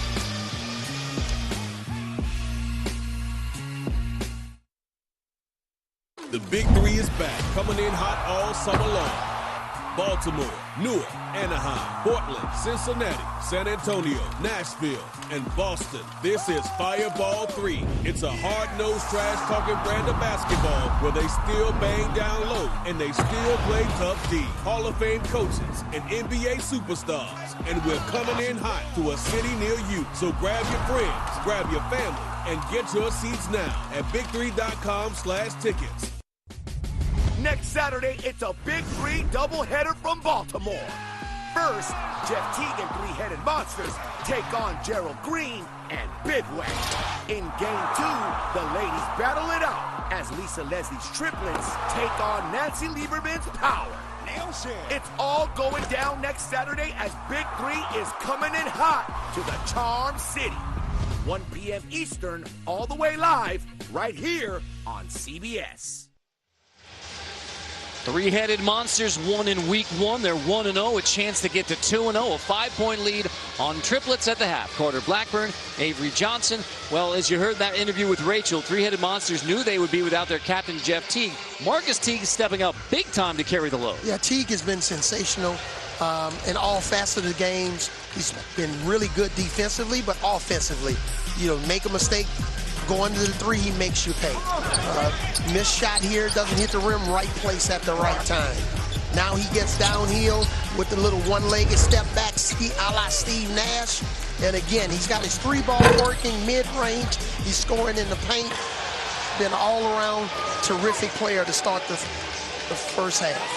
Well, after a 1-5 season a year ago, not many had three-headed monsters as a championship contender in 2024. But a 5-point lead at the half, they have a chance to go to 2-0 and make themselves known with an almost totally new roster, with a new head coach, when Rashard Lewis. Three-head monsters lead it by 5. Let's check in with Scott.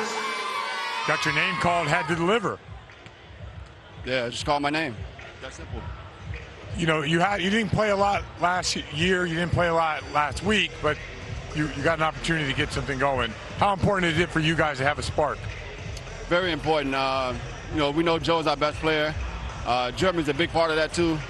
But these games get long, and you got to be in shape, and it's hard to play, you know, 50 points the entire game. So you got to use your bench, and it's very important for us to stay ready. All right, good luck second half.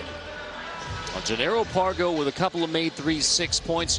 Joe Johnson only 4 points in that first half for triplets. So we'll see if there's an adjustment by Lisa Leslie to try and get ISO Joe some more looks to begin the second half.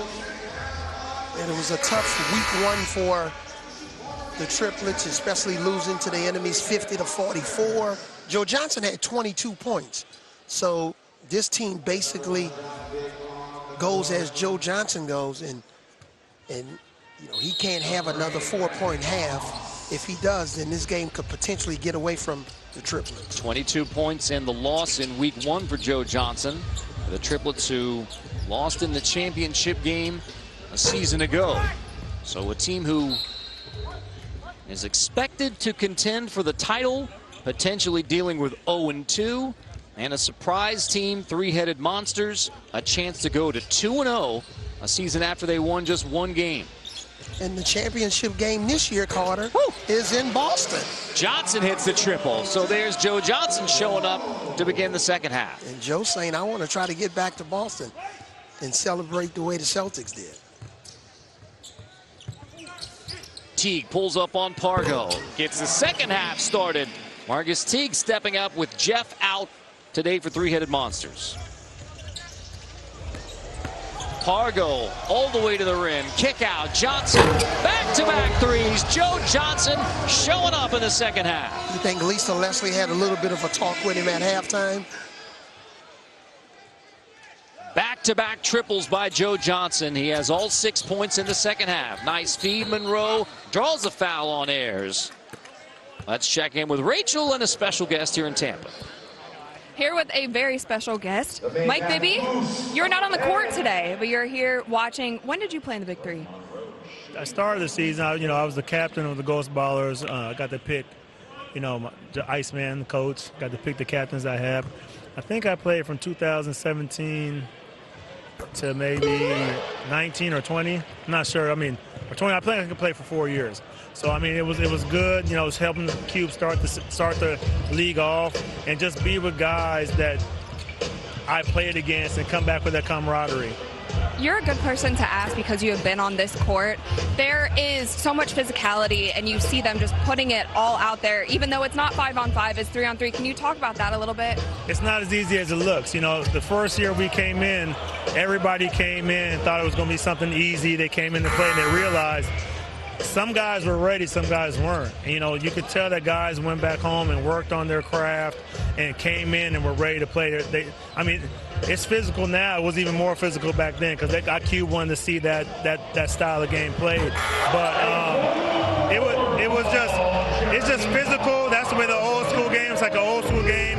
Everybody's just trying to get baskets. Talk about Marquise Teague a little bit. He has stepped up big. His brother is not here. They only have 4 players today, but he is showing out. He's getting them going, and the guys got to see. Triplets got to see that, he's the main guy they got going. They got to kind of try to shut him off a little bit. They can see 2 people because, like you say, he's on fire. That's the second shot he just missed right there. So they got to kind of stop him because he has all their points. Last thing for you, shout out chat. I didn't hear you. Shout out the chat. Chat, what's going on, chat? How you doing? Keep watching, chat. It's going to get better. We're almost at 2 mil. Thank you. Thank goodness, Jeremy Pargo, 2 4-point shots to lead the Triplets to a 5-point edge. On fire, Jeremy Pargo. Yeah, and we talked about it coming into this game that we wanted to see some 4-point shot. Not just makes, we wanted to see some attempts. So now Moss has to get out to defend him at the 4-point range. And it's funny, he makes 2. Oh my goodness, 3 more, Pargo. 11 in the second half. Pargo rolling for the Triplets. I guess shooting is infectious because we get Mike Bibby on, who was a great shooter. And now Pargo is going crazy. I love it. There's Ayers finishing up as the Triplets take charge. Timeout. Richard Lewis and 3-headed monster. Jeremy Pargo, long range. Yeah, we talked about Joe Johnson needed to get going, which he did. But Pargo, man, is really putting a strain on the 3-headed monster's defense with his shot making. So the Triplets down by 5 at the half, come out red hot in the second half. Johnson got it started, and then Pargo with 11 as part of a 13-0 run for the Triplets. A team that on the verge of 0-2, down by 5 at the half after they didn't make a 4-point shot last week, rather. 3-4's 13-0 run for the Triplets. Yeah, the game is all about runs. And when you're looking at a 13-0 run, that means you're doing it on both ends of the floor. Or both sides of the ball. Johnson already with 6 second half points. He had only 4 at the break, so double-digit scoring for Joe Johnson. Pargo had 7 at the break, 11 second half points, and a motivated Triplets team coming out of the half. Down by 5, they now lead by 10. And you can see the power of the 3-point shot. You can knock down threes. It creates a lot of separation. Pargo had only 6 points last week, 18 already tonight, including the 11 second half points. Out of the timeout from 3-headed monsters. Teague crosses over. Nice move. Teague misses the fade. Pargo has the board. Somebody's open. Now Pargo off the bounce to the rim. 13 second half points for Jeremy Pargo. And what set up that drive? His previous 4 and 3-point shots. The defense is rushing out in a 9-1-1, and then he decides to put it on the floor and drive it. Smart play. Houston misses the 3 back into the hands of Pargo. You have to guard him anywhere now. Brandon Moss out there to defend. Pargo finally misses on the heat check fade. 3 from Houston. much needed bucket for three-headed monsters to end the run for the triplets. All right, this is a dangerous play here. Pick and roll. Joe gets to switch. Here he'll turn and shoot right over T. And yet he misses. Houston has the rebound.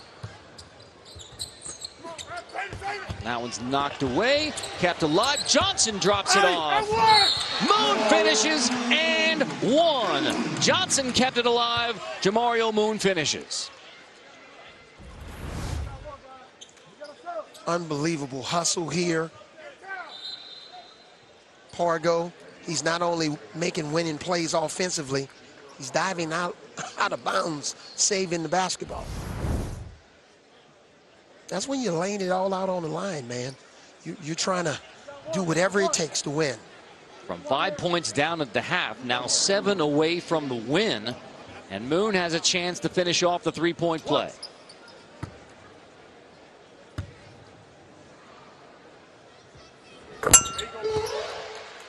Six points away from a win for Triplets. I would say with three-headed monsters, they may have to consider if they're open for a 4-point shot, maybe. Houston rattles home the three. Or threes. What an explosion by the Triplets here in the second half. Yeah. And if you're trying to protect the lead with the Triplets, that's the last thing you want is 3-point shots. Johnson follows his miss. Finds Gennaro Pargo in the corner. Fight for the rebound, won by Monroe. Then a quiet second half for Monroe. Teague launches a three. Johnson easy stick back. 46 on the board. 4 points away from a win. Aliens and Bowl Hogs next to wrap up the day here in Tampa.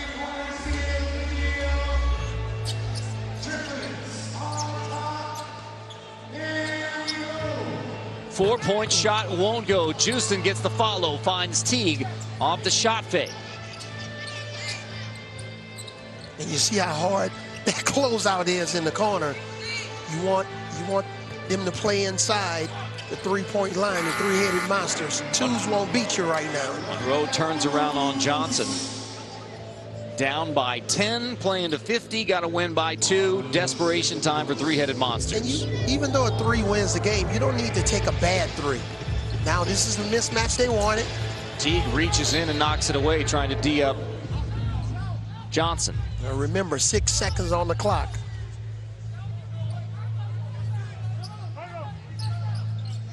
So this will be a screen for Joe Johnson.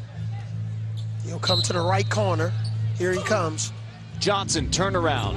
Shot clock at 3. Johnson, fade. Miss, boarded. Three-headed monsters need a run. Houston guarded by Johnson. Straightaway 3. Pargo has a rebound. Another chance for Triplets. Gotta move, gotta move. Pargo and Teague fouls on the floor. Yep. You got to be real specific and strategic offensively. How you want to design or strategize to get the ball exactly where you want it to go. What matchup do you want? What matchup do you want to attack?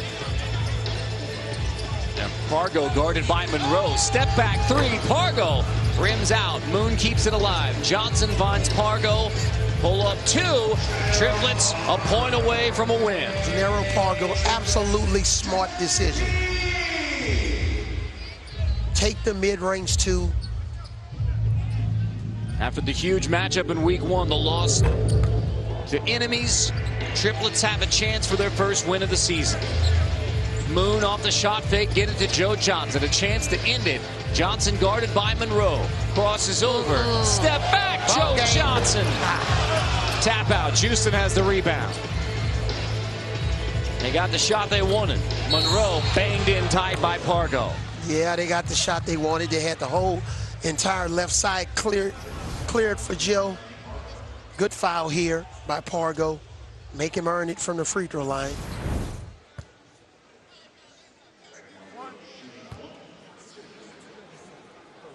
One shot for 2 points for Monroe. Yeah, Carter, I think Lisa Leslie's going to give the Triplets one more opportunity to score. If they don't score, she's going to call timeout. Pargo fouled by Houston. On the floor, out of bounds.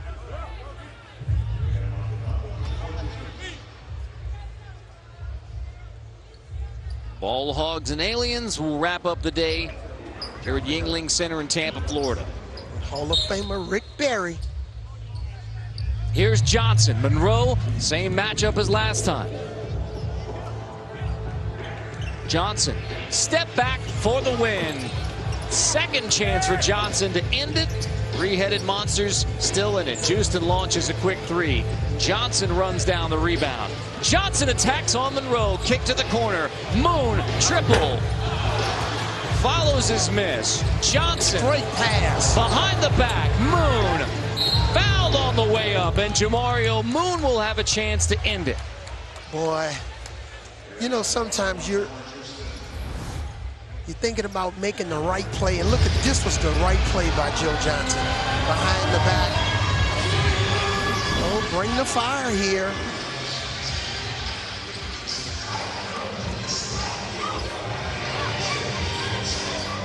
So it's one-on-one. Moon, Houston, a chance to end it for Triplets and bring the fire.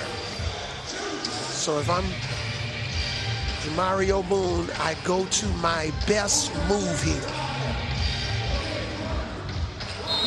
Desperation time, three-headed monsters. Moon versus Houston. Moon off the window and rolls out. Another chance at the game winner for Triplets. They've had 3 looks to try to get to 50 and haven't closed it out yet. Yeah, that was excellent defense by Houston. Hand straight up.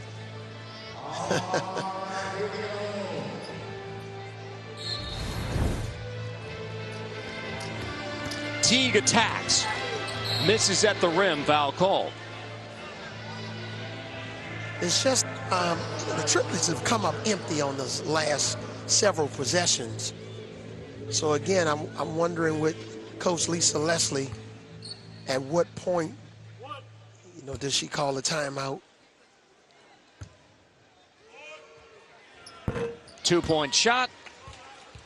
Remember, the three-headed monsters led this game by 5, so a tremendous second-half comeback from Lisa Leslie's Triplets. Yep, and Jeremy Pargo, who has 20 points, he's on the bench. Back into the hands of Johnson again. Back it in, kick to the corner. Gennaro Pargo launches it and hits it. Triplets get their first win of the year.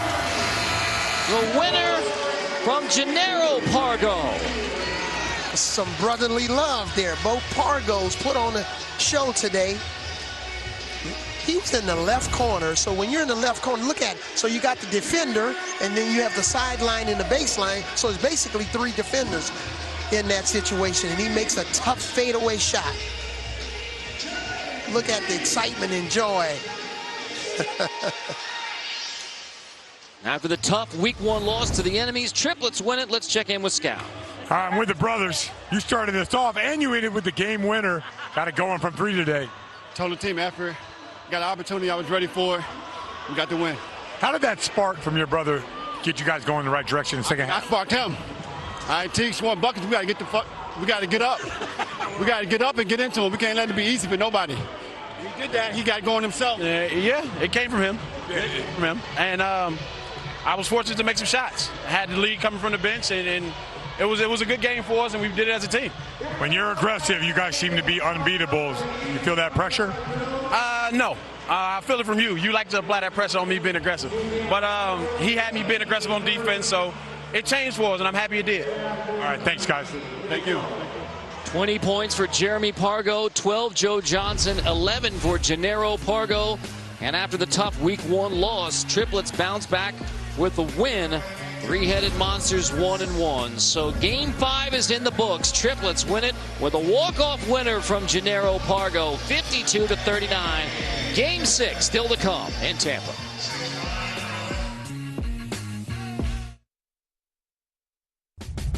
Next Saturday, it's a Big 3 doubleheader from Baltimore. First, Jeff Teague and Three-Headed Monsters take on Gerald Green and Bivouac. In Game 2, the ladies battle it out as Lisa Leslie's Triplets take on Nancy Lieberman's Power. It's all going down next Saturday as Big 3 is coming in hot to the Charm City.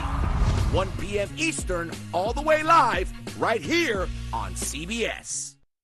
Fire and Ice. Big 3. Cube's vision of summertime fun is back. Big 3 basketball. All right, here we go. The most thrilling stars. Never know who you're going to see. Legends of the game. Young stars. My God! Plus halftime concerts and fantastic finishes. And this new season, we're streaming on X and airing live on CBS all summer long. The Big 3 is back, coming in hot all summer long. Baltimore, Newark, Anaheim, Portland, Cincinnati, San Antonio, Nashville, and Boston. This is Fireball 3. It's a hard-nosed, trash-talking brand of basketball where they still bang down low and they still play tough D. Hall of Fame coaches and NBA superstars. And we're coming in hot to a city near you. So grab your friends, grab your family, and get your seats now at big3.com/tickets. That was a crazy win. And now I am here with the best fans in the house. We have Michael and Lauren, the Lisa Leslie's family. What is it like watching her coach in these games and just command the court like she does, get these guys going? You know what? The energy in the house is just so awesome. And then to see my wife, mom, everybody out there. See, I know my wife. She is ultimately competitive in every way. She doesn't even let the kids win in Candyland. So I know that she's serious about this whole thing. So it's just beautiful to see. What is mom like on game days? Is she laser focused? Oh man, on game night, she is not about to let you win. She is like, man, woman, child, daughter, anybody, y'all are all getting beat. She's like, I'm about to win this. And it's really cool to see on the court as well.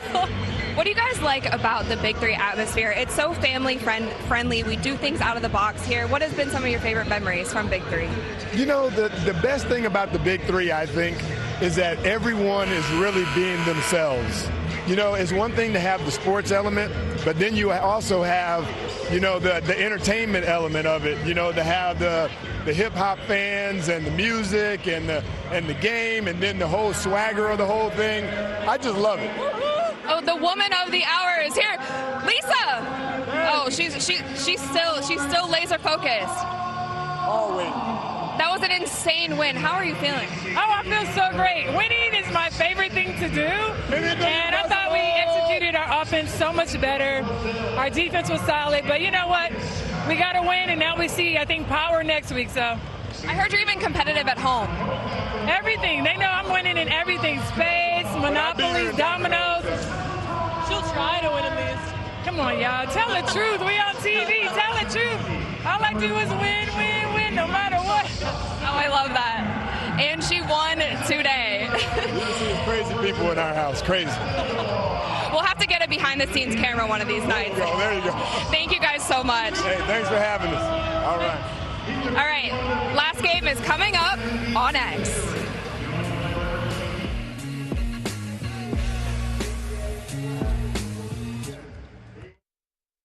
Big 3. Yeah. Big 3. Come on. Yeah. 3. Now that's a magic number. Got the homies balling out for the whole damn summer in that 4-point circle with that ghost ball of purple. If you check the roster, got a 3-head monster. Now them killer 3s are like killer bees. Start dropping 3s like trilogies, like companies, like PIGs. Got them ball hogs hogging that 3-on-3. We got the power to do it BIG. We got Tri-State coached by the DOC, so don't hate on Lisa Leslie the Great. It's Nancy Lieberman, head coach, leading men. We got new teams, we got new schemes. We got bivouacs, aliens, and enemies. And they coached by the glove, commissions the glide. Coached by the oak, coached by the Iceman. No fight 10, had to warn Rick Mahorn. They told Rick Barry half court looks scary, but it ain't. Unless you caught in the paint. On the give it go with ISO Joe. If you wanna bring the fire, it burn you slow. This is Fireball 3 and that's Swaggy P. Cause we taking the summer and displaying the best. It's the Big 3 now streaming on X.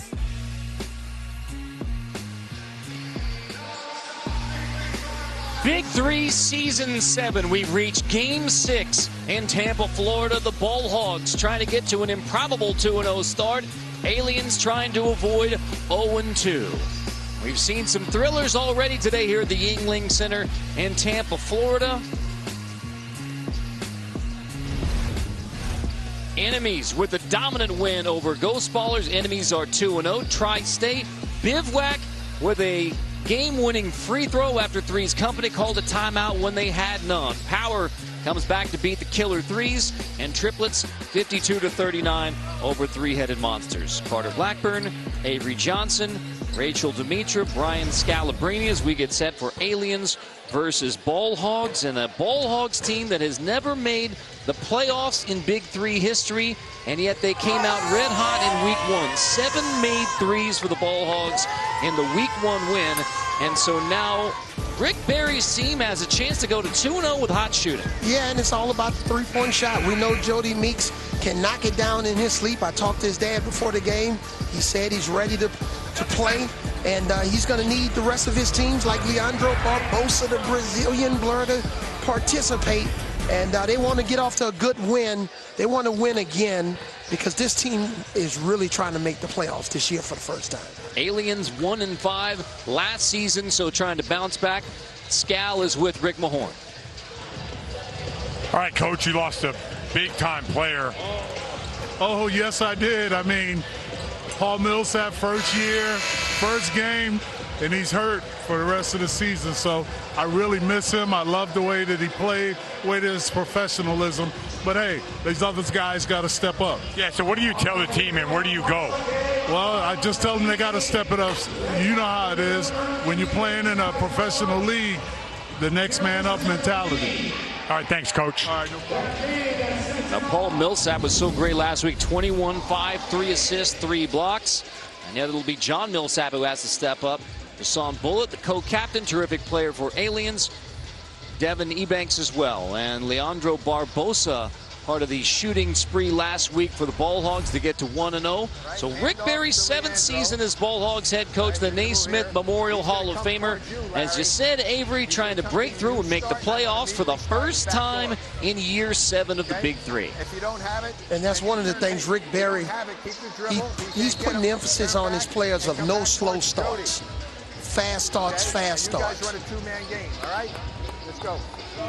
Aliens trying to bounce back. They lost in Week 1. Three-Headed Monsters 51-46. We're playing to 50. Have to win by 2. Short shot clock at 14 seconds. Free throws, 1 shot, varying distances. If you get fouled on a 3, it's from the 3. 4-point shot is in play, as is the Bring the Fire challenge. Players going one-on-one. We are set for Game 6 between Aliens and Ball Hogs. And the big challenge, as you heard Scal talking with head coach Rick Mahorn, without Paul Millsap, where do the Aliens go for scoring and for leadership? That's a big-time challenge. And I'm telling you right now, if the Ball Hogs make 7 threes again, this game is over. And that's the threat that Meeks and Barbosa. You don't have to really worry about Larry Sanders, as much behind the three-point line, if at all, but definitely Meeks and Barbosa. Barbosa led the way in the win over Tri-State with 19 points, 8 rebounds. He takes the first shot here. Cleared by Al Jefferson. And even that first shot right there, that's not good defense on Barbosa. Ebanks misses the 3. Meeks has the rebound. So not closing out, which has to be part of the scouting report early, right? Yep, and his hands up on arrival. You got to force Meeks and Barbosa to play inside the three-point line. Meeks misses the short 2, as the long 2 rather. Ebanks has the rebound. Al Jefferson trying to back in. Jefferson turnaround. Can't get the roll. And we know Al Jefferson, unbelievable post player throughout his career, and he is a pump fake specialist. On the baseline, first bucket of the game from Leandro Barbosa. Has championship as an assistant coach. The Warriors. Bullet guarded by Meeks. Pulls up for 3. Buries it straight away with Meeks' hand in his face.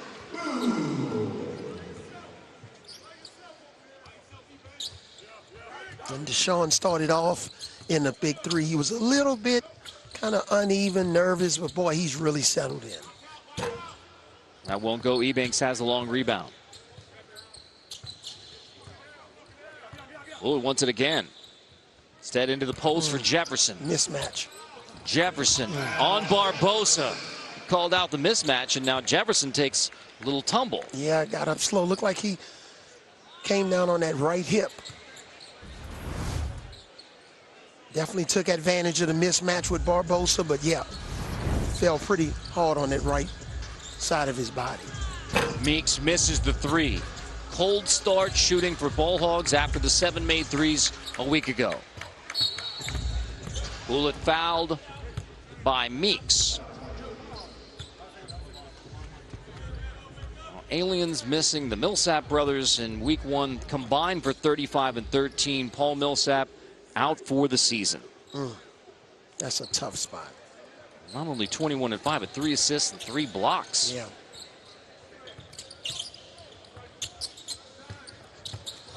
Jefferson, power dribble. Jefferson finishes. And that's what I talked about earlier. Al Jefferson has some of the best pump fakes known to man. And watch it. Little pick and roll. Here it is. Gets Sanders off of his feet. Steps through. Bucket. And a chance to finish off the three-point play. Hot start for Aliens. Jefferson finishes off the three-point play. Nice start for the Aliens, led by Jefferson. Big three will be in Baltimore next weekend. Barbosa finds Sanders cutting. Nice look.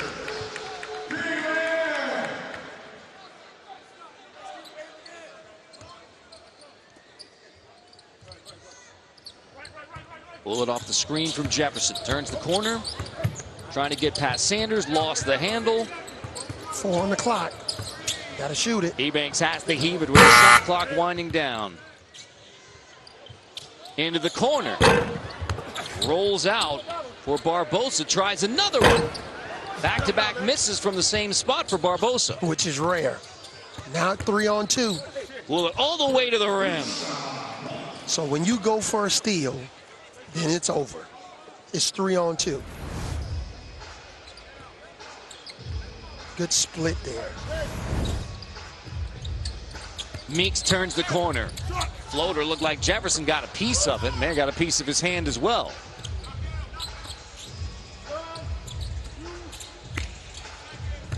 Into the post. Ebanks lost it. Meeks with an easy 2. They're really trying to attack Leandro Barbosa on the post, but they've been unsuccessful.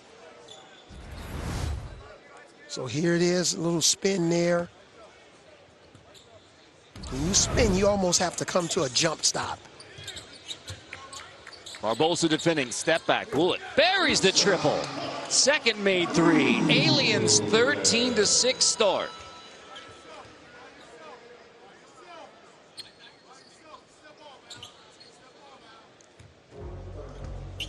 We'll see if we have any 4-point shots in this game. Barbosa drops it off. Sanders somehow misses at the rim, then draws the foul on Jefferson with the finish. Chance at the three-point play. And see, sometimes your bad luck is your good luck, but Larry Sanders stuck with it. Little embarrassed that he missed this easy dunk, but hey, it's part of life. Adversity sets in. He didn't drop his head. He didn't say, oh, it's somebody else's fault. He stuck with the play.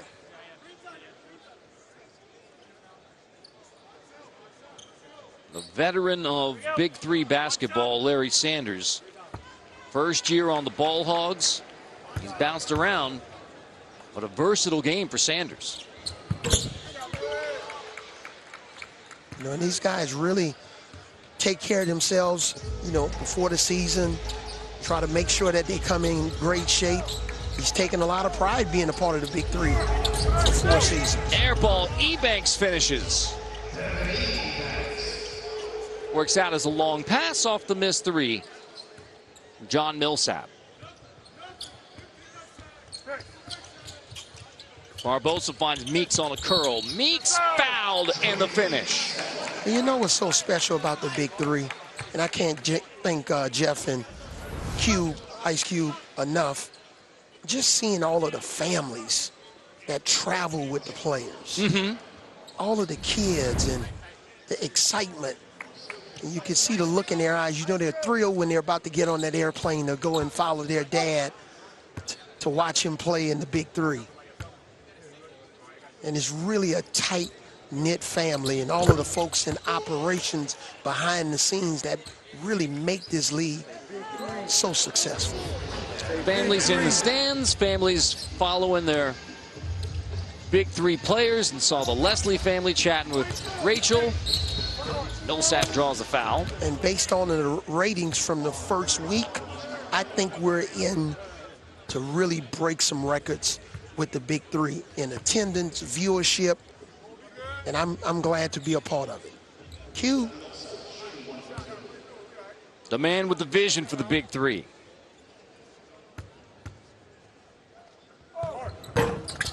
John Millsap misses. Meeks clears it.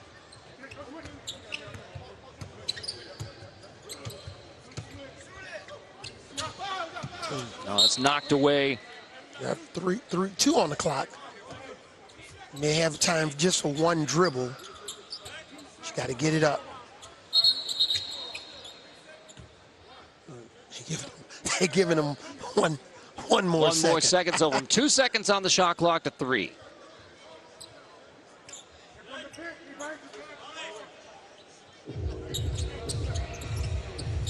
Gotta move. Quick trigger. Oh, lost it out of bounds on what would have been an easy 2.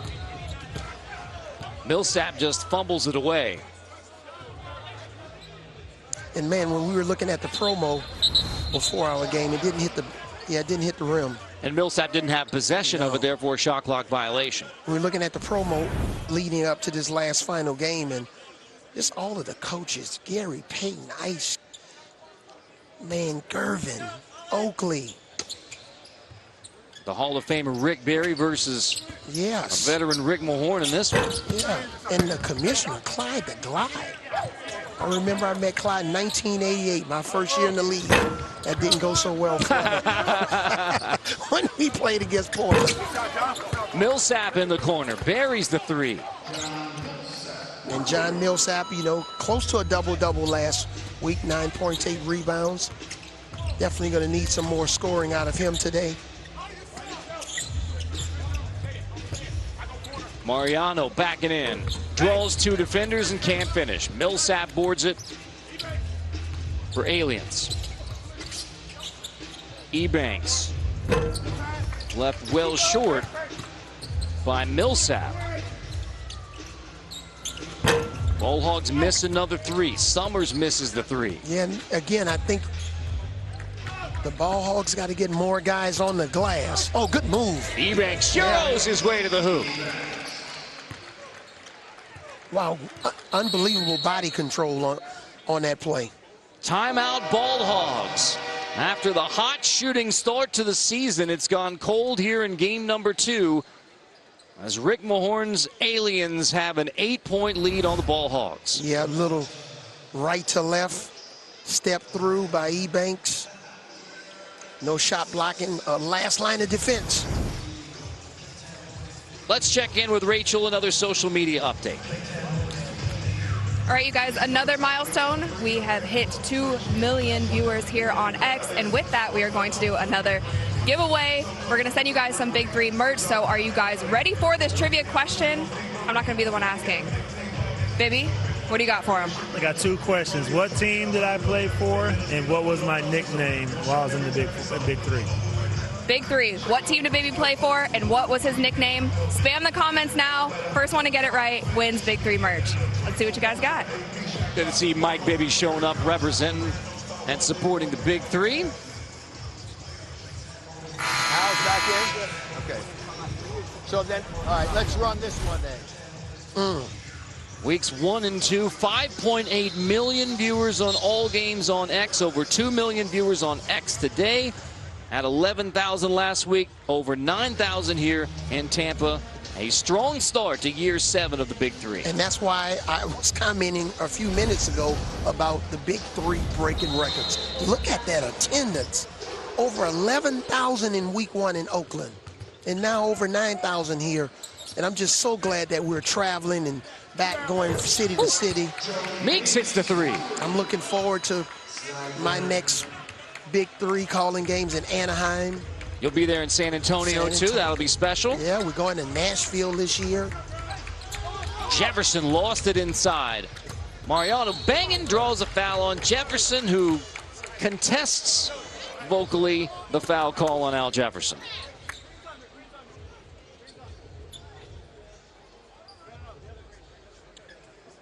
I cannot go back to the hotel and have dinner with my wife without any new Big Three merchandise.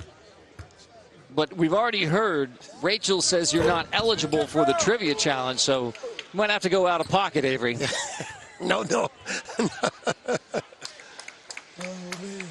And it's cool, you know, walking unless around. you're an effective lobbyer. Yeah, I know who to call.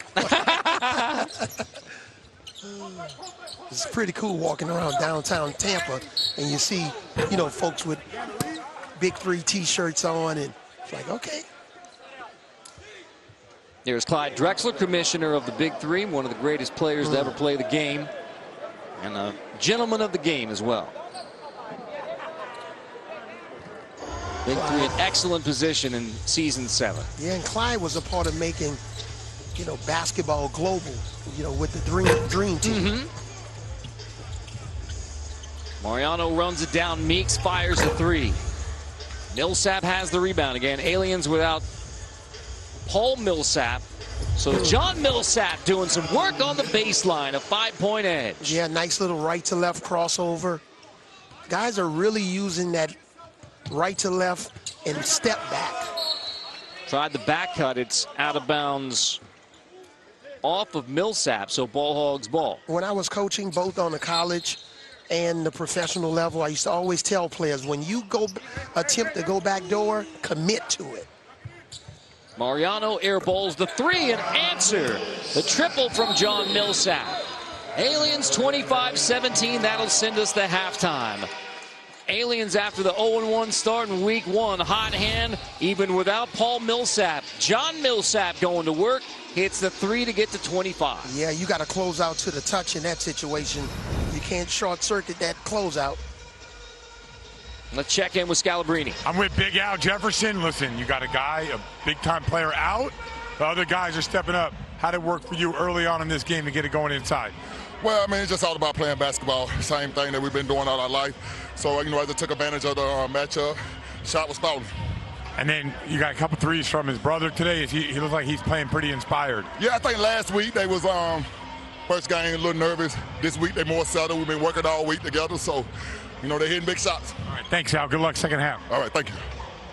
Millsap has 8 points at the half, a 25-17 lead for Aliens on the Ball Hogs. A good day in Tampa.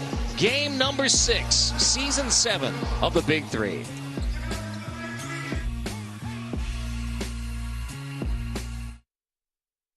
The Big Three is back, coming in hot all summer. Newark, Anaheim, Portland, Cincinnati, San Antonio, Nashville, and Boston. This is Fireball 3. It's a hard-nosed, trash-talking brand of basketball where they still bang down low and they still play tough D. Hall of Fame coaches and NBA superstars. And we're coming in hot to a city near you. So grab your friends, grab your family, and get your seats now at big3.com/tickets.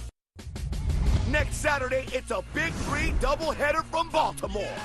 First, Jeff Teagan three-headed monsters take on Gerald Green and Bivouac. In Game 2, the ladies battle it out as Lisa Leslie's Triplets take on Nancy Lieberman's Power. It's all going down next Saturday as Big Three is coming in hot to the Charm City. 1 p.m. Eastern, all the way live, right here on CBS.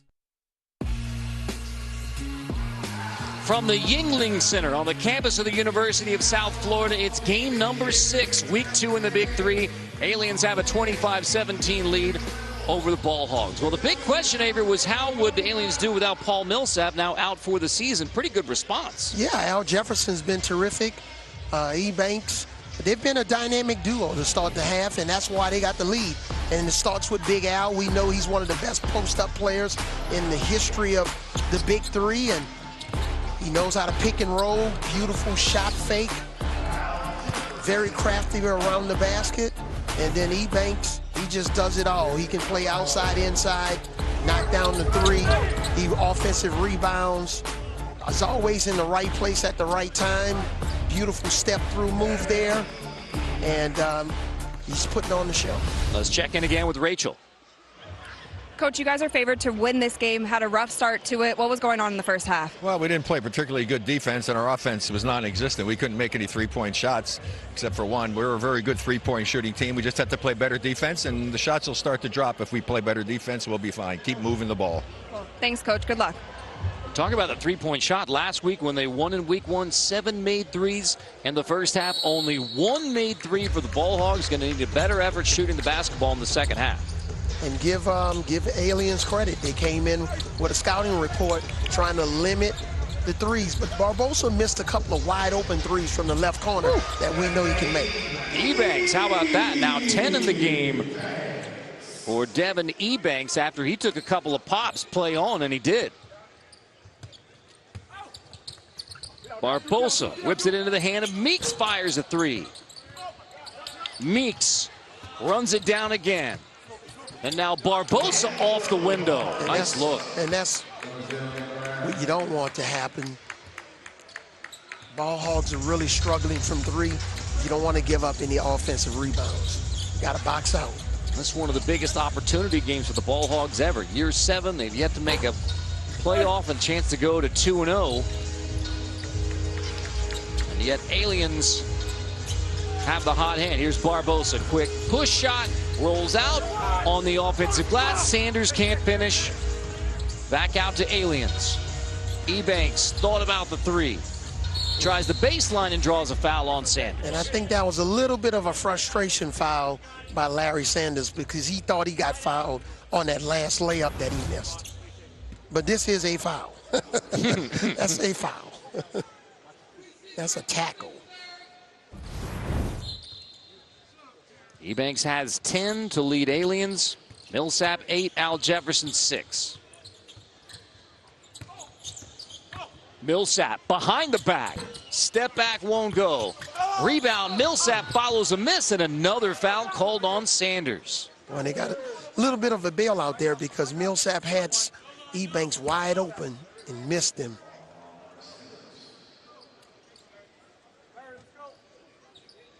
Seven made threes, most of the big three last week. Only one so far today. That was from Jody Meeks. And if you're the Aliens, you were watching that video from last week, and Coach Rick Mahone is probably saying, hey, probably try to hold them to 2 or 3 at the most threes this week. And they're playing exceptional defense. Abraham Millsap makes it a 10-point lead. Off the window, tough runner for Barbosa.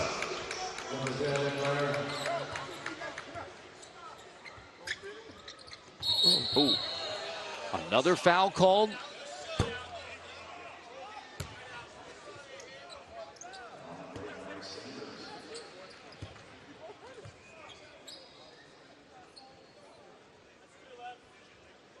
On the floor. Now, third team foul on the Ball Hogs. We got to keep our eyes on that. Millsap from the baseline. Abraham Millsap stepping up for Aliens.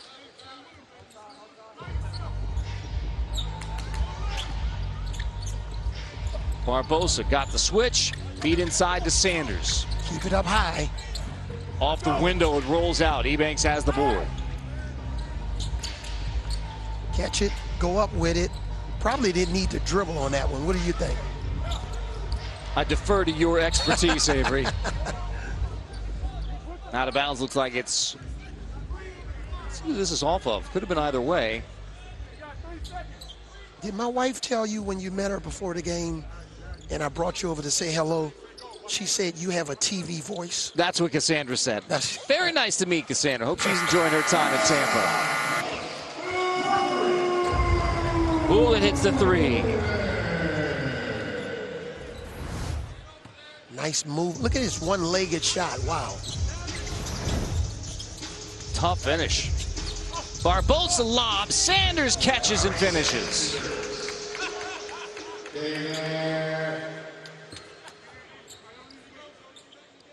And Deshaun, he's had so much experience playing 3-on-3 overseas.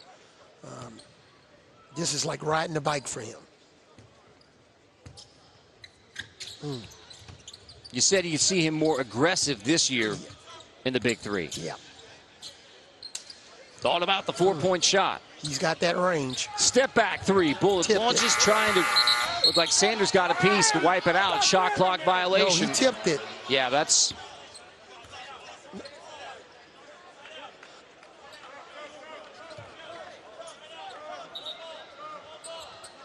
Shot clock violation is the call.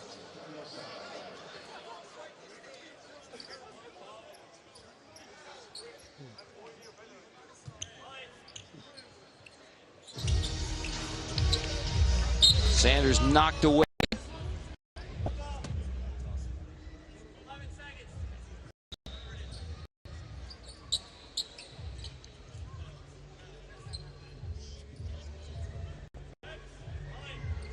Aliens a dominant performance so far.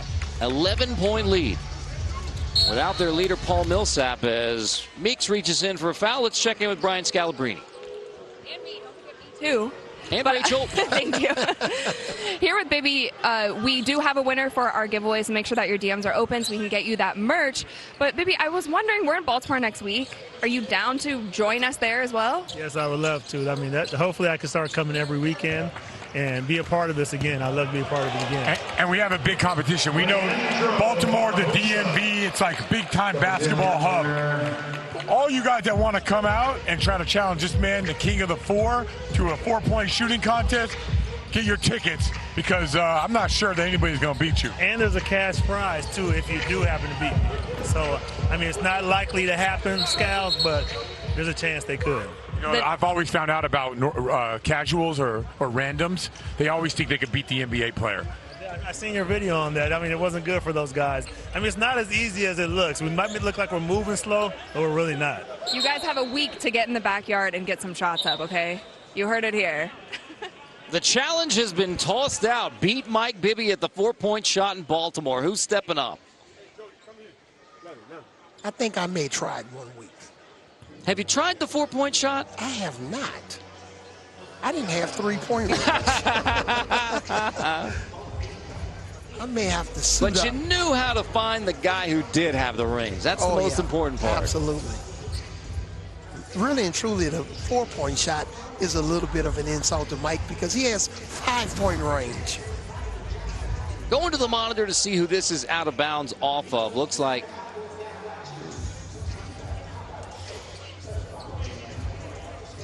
there's the initial bucket, and then out of bounds in a moment. Sanders or Millsap.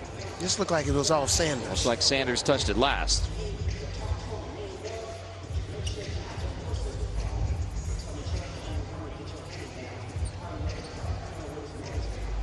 The Ball Hogs offensively, I agree with Coach Rick Barry. They just need to move the ball more.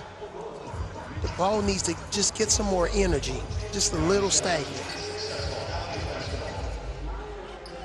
Get Meeks and Barbosa running off some screens, using Sanders as the screener.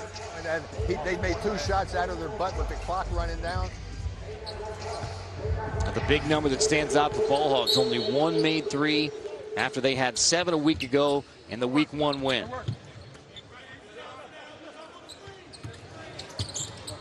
Nice move, Bullet. Step back 2. Nice. Buries it. Nice move. 8 points for Bullet. Yep. Now he's a veteran in the Big Three, been there several years, and he just loves to play the game. When you talk to him, he just loves basketball. Foul called on John Millsap. Let's go back to the bucket. Yeah, nice little bullet here. Created a little separation over Sanders. 8 already tonight, surpassing the 5 points last week. Nice two-man game. Sanders catches. Sanders can't finish at the rim. Trying to follow. Foul called on Jefferson. Looks like it's going to be on the floor.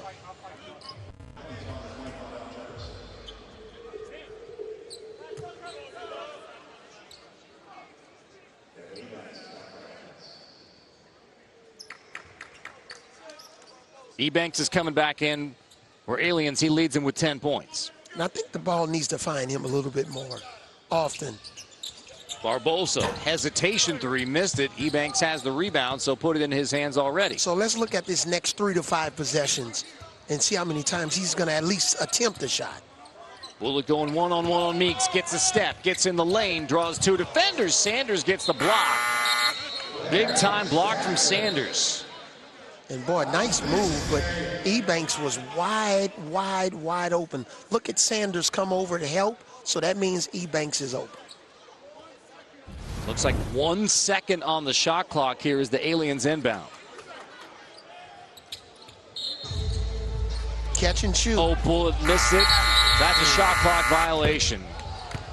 Made the 3 by Ebanks, but doesn't matter. That's wipe it out shot clock violation.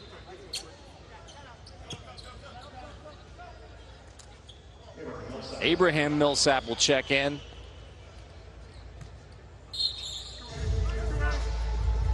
Five rebounds for Abraham Millsap.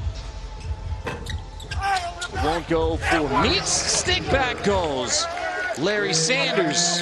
Tough finish. But you notice, that's what I was talking about. You saw how Meeks, used that down screen, came off for Sanders, just getting them on the move a little bit. Ebanks takes a bump.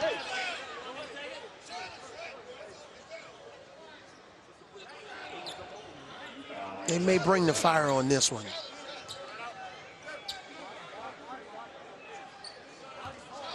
Yeah, here it comes. Rick Barry, bring the fire.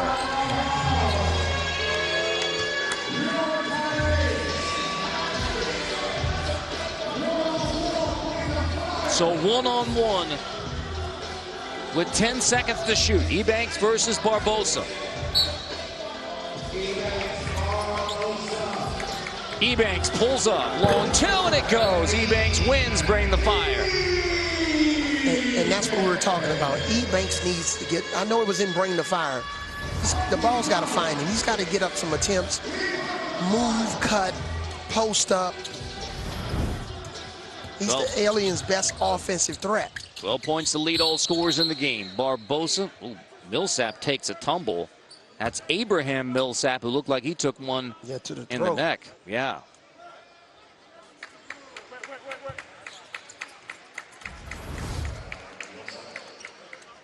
Ooh. Sanders gave him one.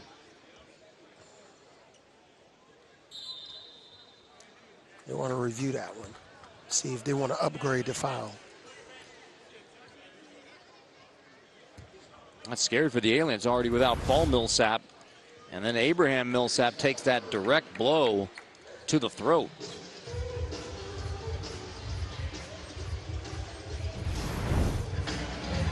So they're going to look and see if this is a basketball play. Here it is.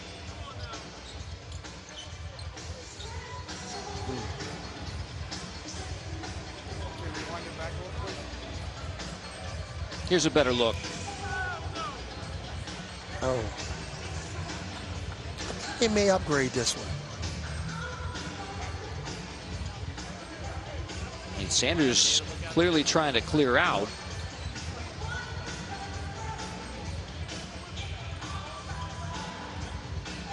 That's a tough pop, either way, whether it's intentional or not. That's a tough pop on Abraham Millsap.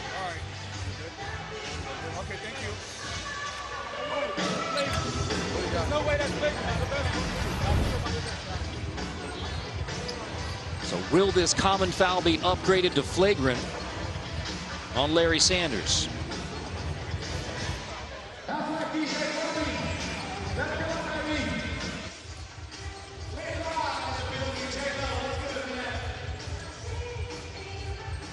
And if you go down, if the Aliens, you know, there's pressure on them to win this game.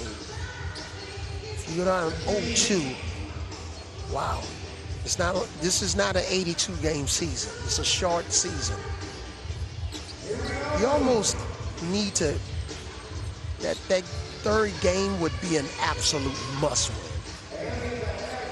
for teams that go down 0-2. Aliens only finished 1-5 a season ago. Now here comes the call. As you see, breakthrough in 2022. That's the only playoff appearance in the franchise history.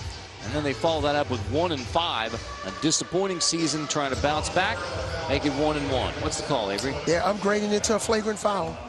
You and I are 2-0 on that one. Well, Larry Sanders still contesting it, but flagrant foul called. So Abraham Millsap to the line.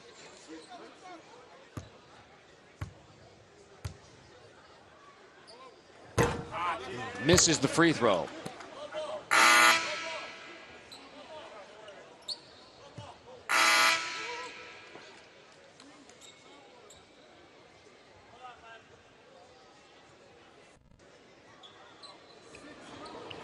Ball Hogs ball it is, needing a run.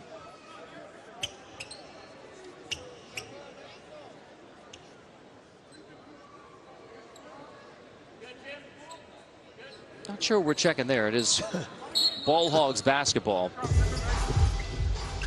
We'll let you know if we find out.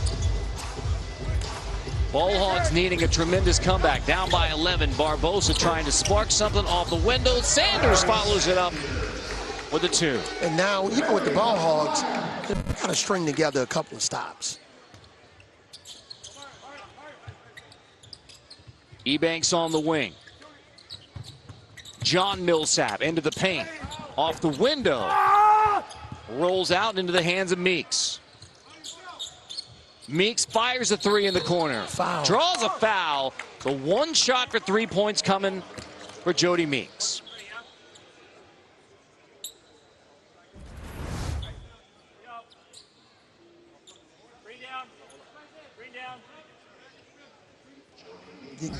Didn't really have any room to come down. Still only have one made 3 in the game for Ball Hogs. They're bringing the fire on that one. Bring the fire challenge. So it's going to be Meeks.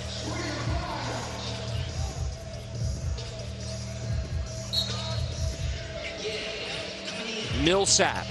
Meeks on Millsap, bring the fire. Millsap defends. John Millsap one-on-one. Meeks unable to convert. Right. I know y'all work. I just want to say Joe Johnson stops by to say hello. Joe is our guy. That's my guy. ISO Joe. What a blessing Joe Johnson has been to the Big 3. Oh, my goodness. Barbosa on the wing. Millsap catches and finishes deep inside. Direction Mariano with the finish inside. The game is not over until you get 50 points. So no lead is too safe. John Millsap hits the 3. Aliens closing in, 9 points away. Earlier we had my good friend Gary Sheffield come out and support, who lives in the area. 5 made 3s for Aliens. Ball Hogs 1 for 11. That tells a story for the Ball Hogs after the 7 made 3s a week ago. There's a bank, and it goes for Abraham Millsap. Yeah, Abraham said the bank is still open here in Tampa. 6 points away from a win. Barbosa off the window, fouled by Ebanks.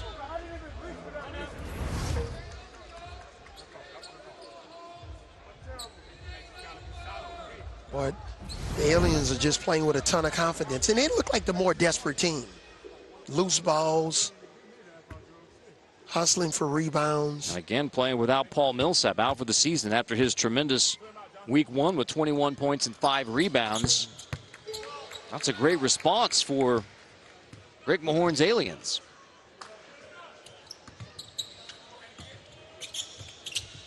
Rick Mahorn, HBCU legend. I told him he was the second best HBCU player in the building. I'm number one. Ebanks, tough floater, misses. Millsap has the rebound. John Millsap to Abraham Millsap, 3. Trying to draw the foul. No call. Meeks, quick trigger 3. Short. There's Abraham Millsap for the lay-in. Aliens 4 points away from a win. Man, and look at the Aliens bench. They're excited, cheering their teammates on. Another miss. Easy 2 for Ebanks. 2 points away from a win for Aliens. And it's the best position you can be in because you get fouled, you can win the game. A 2, a 3, a 4. Barbosa left alone, missed the switch. Barbosa with an easy 2 for Ball Hogs, but probably too little too late. Yeah. So you're not going with a little double elbow action here. Abraham Millsap, step back, step in on Meeks, hits it, Aliens win. Ball game. Without their leader, Paul Millsap, Aliens win it by 15 to get to 1-1 in 2024. An all-around team effort for Rick Mahorn's Aliens. Yeah, I hadn't seen Rick Mahorn smile that much since he's been in Tampa. Look at him. Got Meeks off the ground here with the shot fake, with the Al Jefferson shot fake, and Abraham Millsap is fired up here in Tampa. Ball Hogs, after the breakthrough Week 1 win, had a chance to go to 2-0 and have a breakthrough season potentially, but they're 1-1. So enemies in Bivouac. Bivouac with a wild win to get to 2-0. A lot of teams bunched up at 1-1. Killer Threes in Trilogy 0-2. So enemies atop the Big 3 standings with Bivouac after 2 weeks. Let's check in with Rachel Dimitri. You guys were the underdogs in this game, and obviously your brother is not here, but it seemed like you both came out with so much fire. And this, oh my God. So much fire. What was your mindset going into today's game? Well, we was under, man. Paul is out, so we wanted to do, it was an emotional game, so we wanted to come out strong just to prove that we can come out and win. And just all glory to God, though. The hustle from you this game, off the charts, rebounds, those dead balls diving on the floor. What did this game mean for you today? I mean, being a team full of brothers, we knew we had a huge target on our back coming into this thing. So, you know, we just wanted to prove that we belong here. Paul went down, so, you know, he texted me this morning and said, you guys can win these games without me. He believed in us, so, you know, we came out and gave it everything we had. Great win today. Thanks, guys. Thank you. So Abraham and John combined for 22 without Paul Millsap. Aliens band together as a team. Celebrate, why not? Wow. Doosan getting into the act. Yeah, I'm glad it's not champagne. And welcome, Rachel. Welcome to the Big 3. For Avery Johnson, Rachel Dimitri, Brian Scalabrini, I'm Carter Blackburn. In the books in Tampa, Aliens win Game 6, 50-35.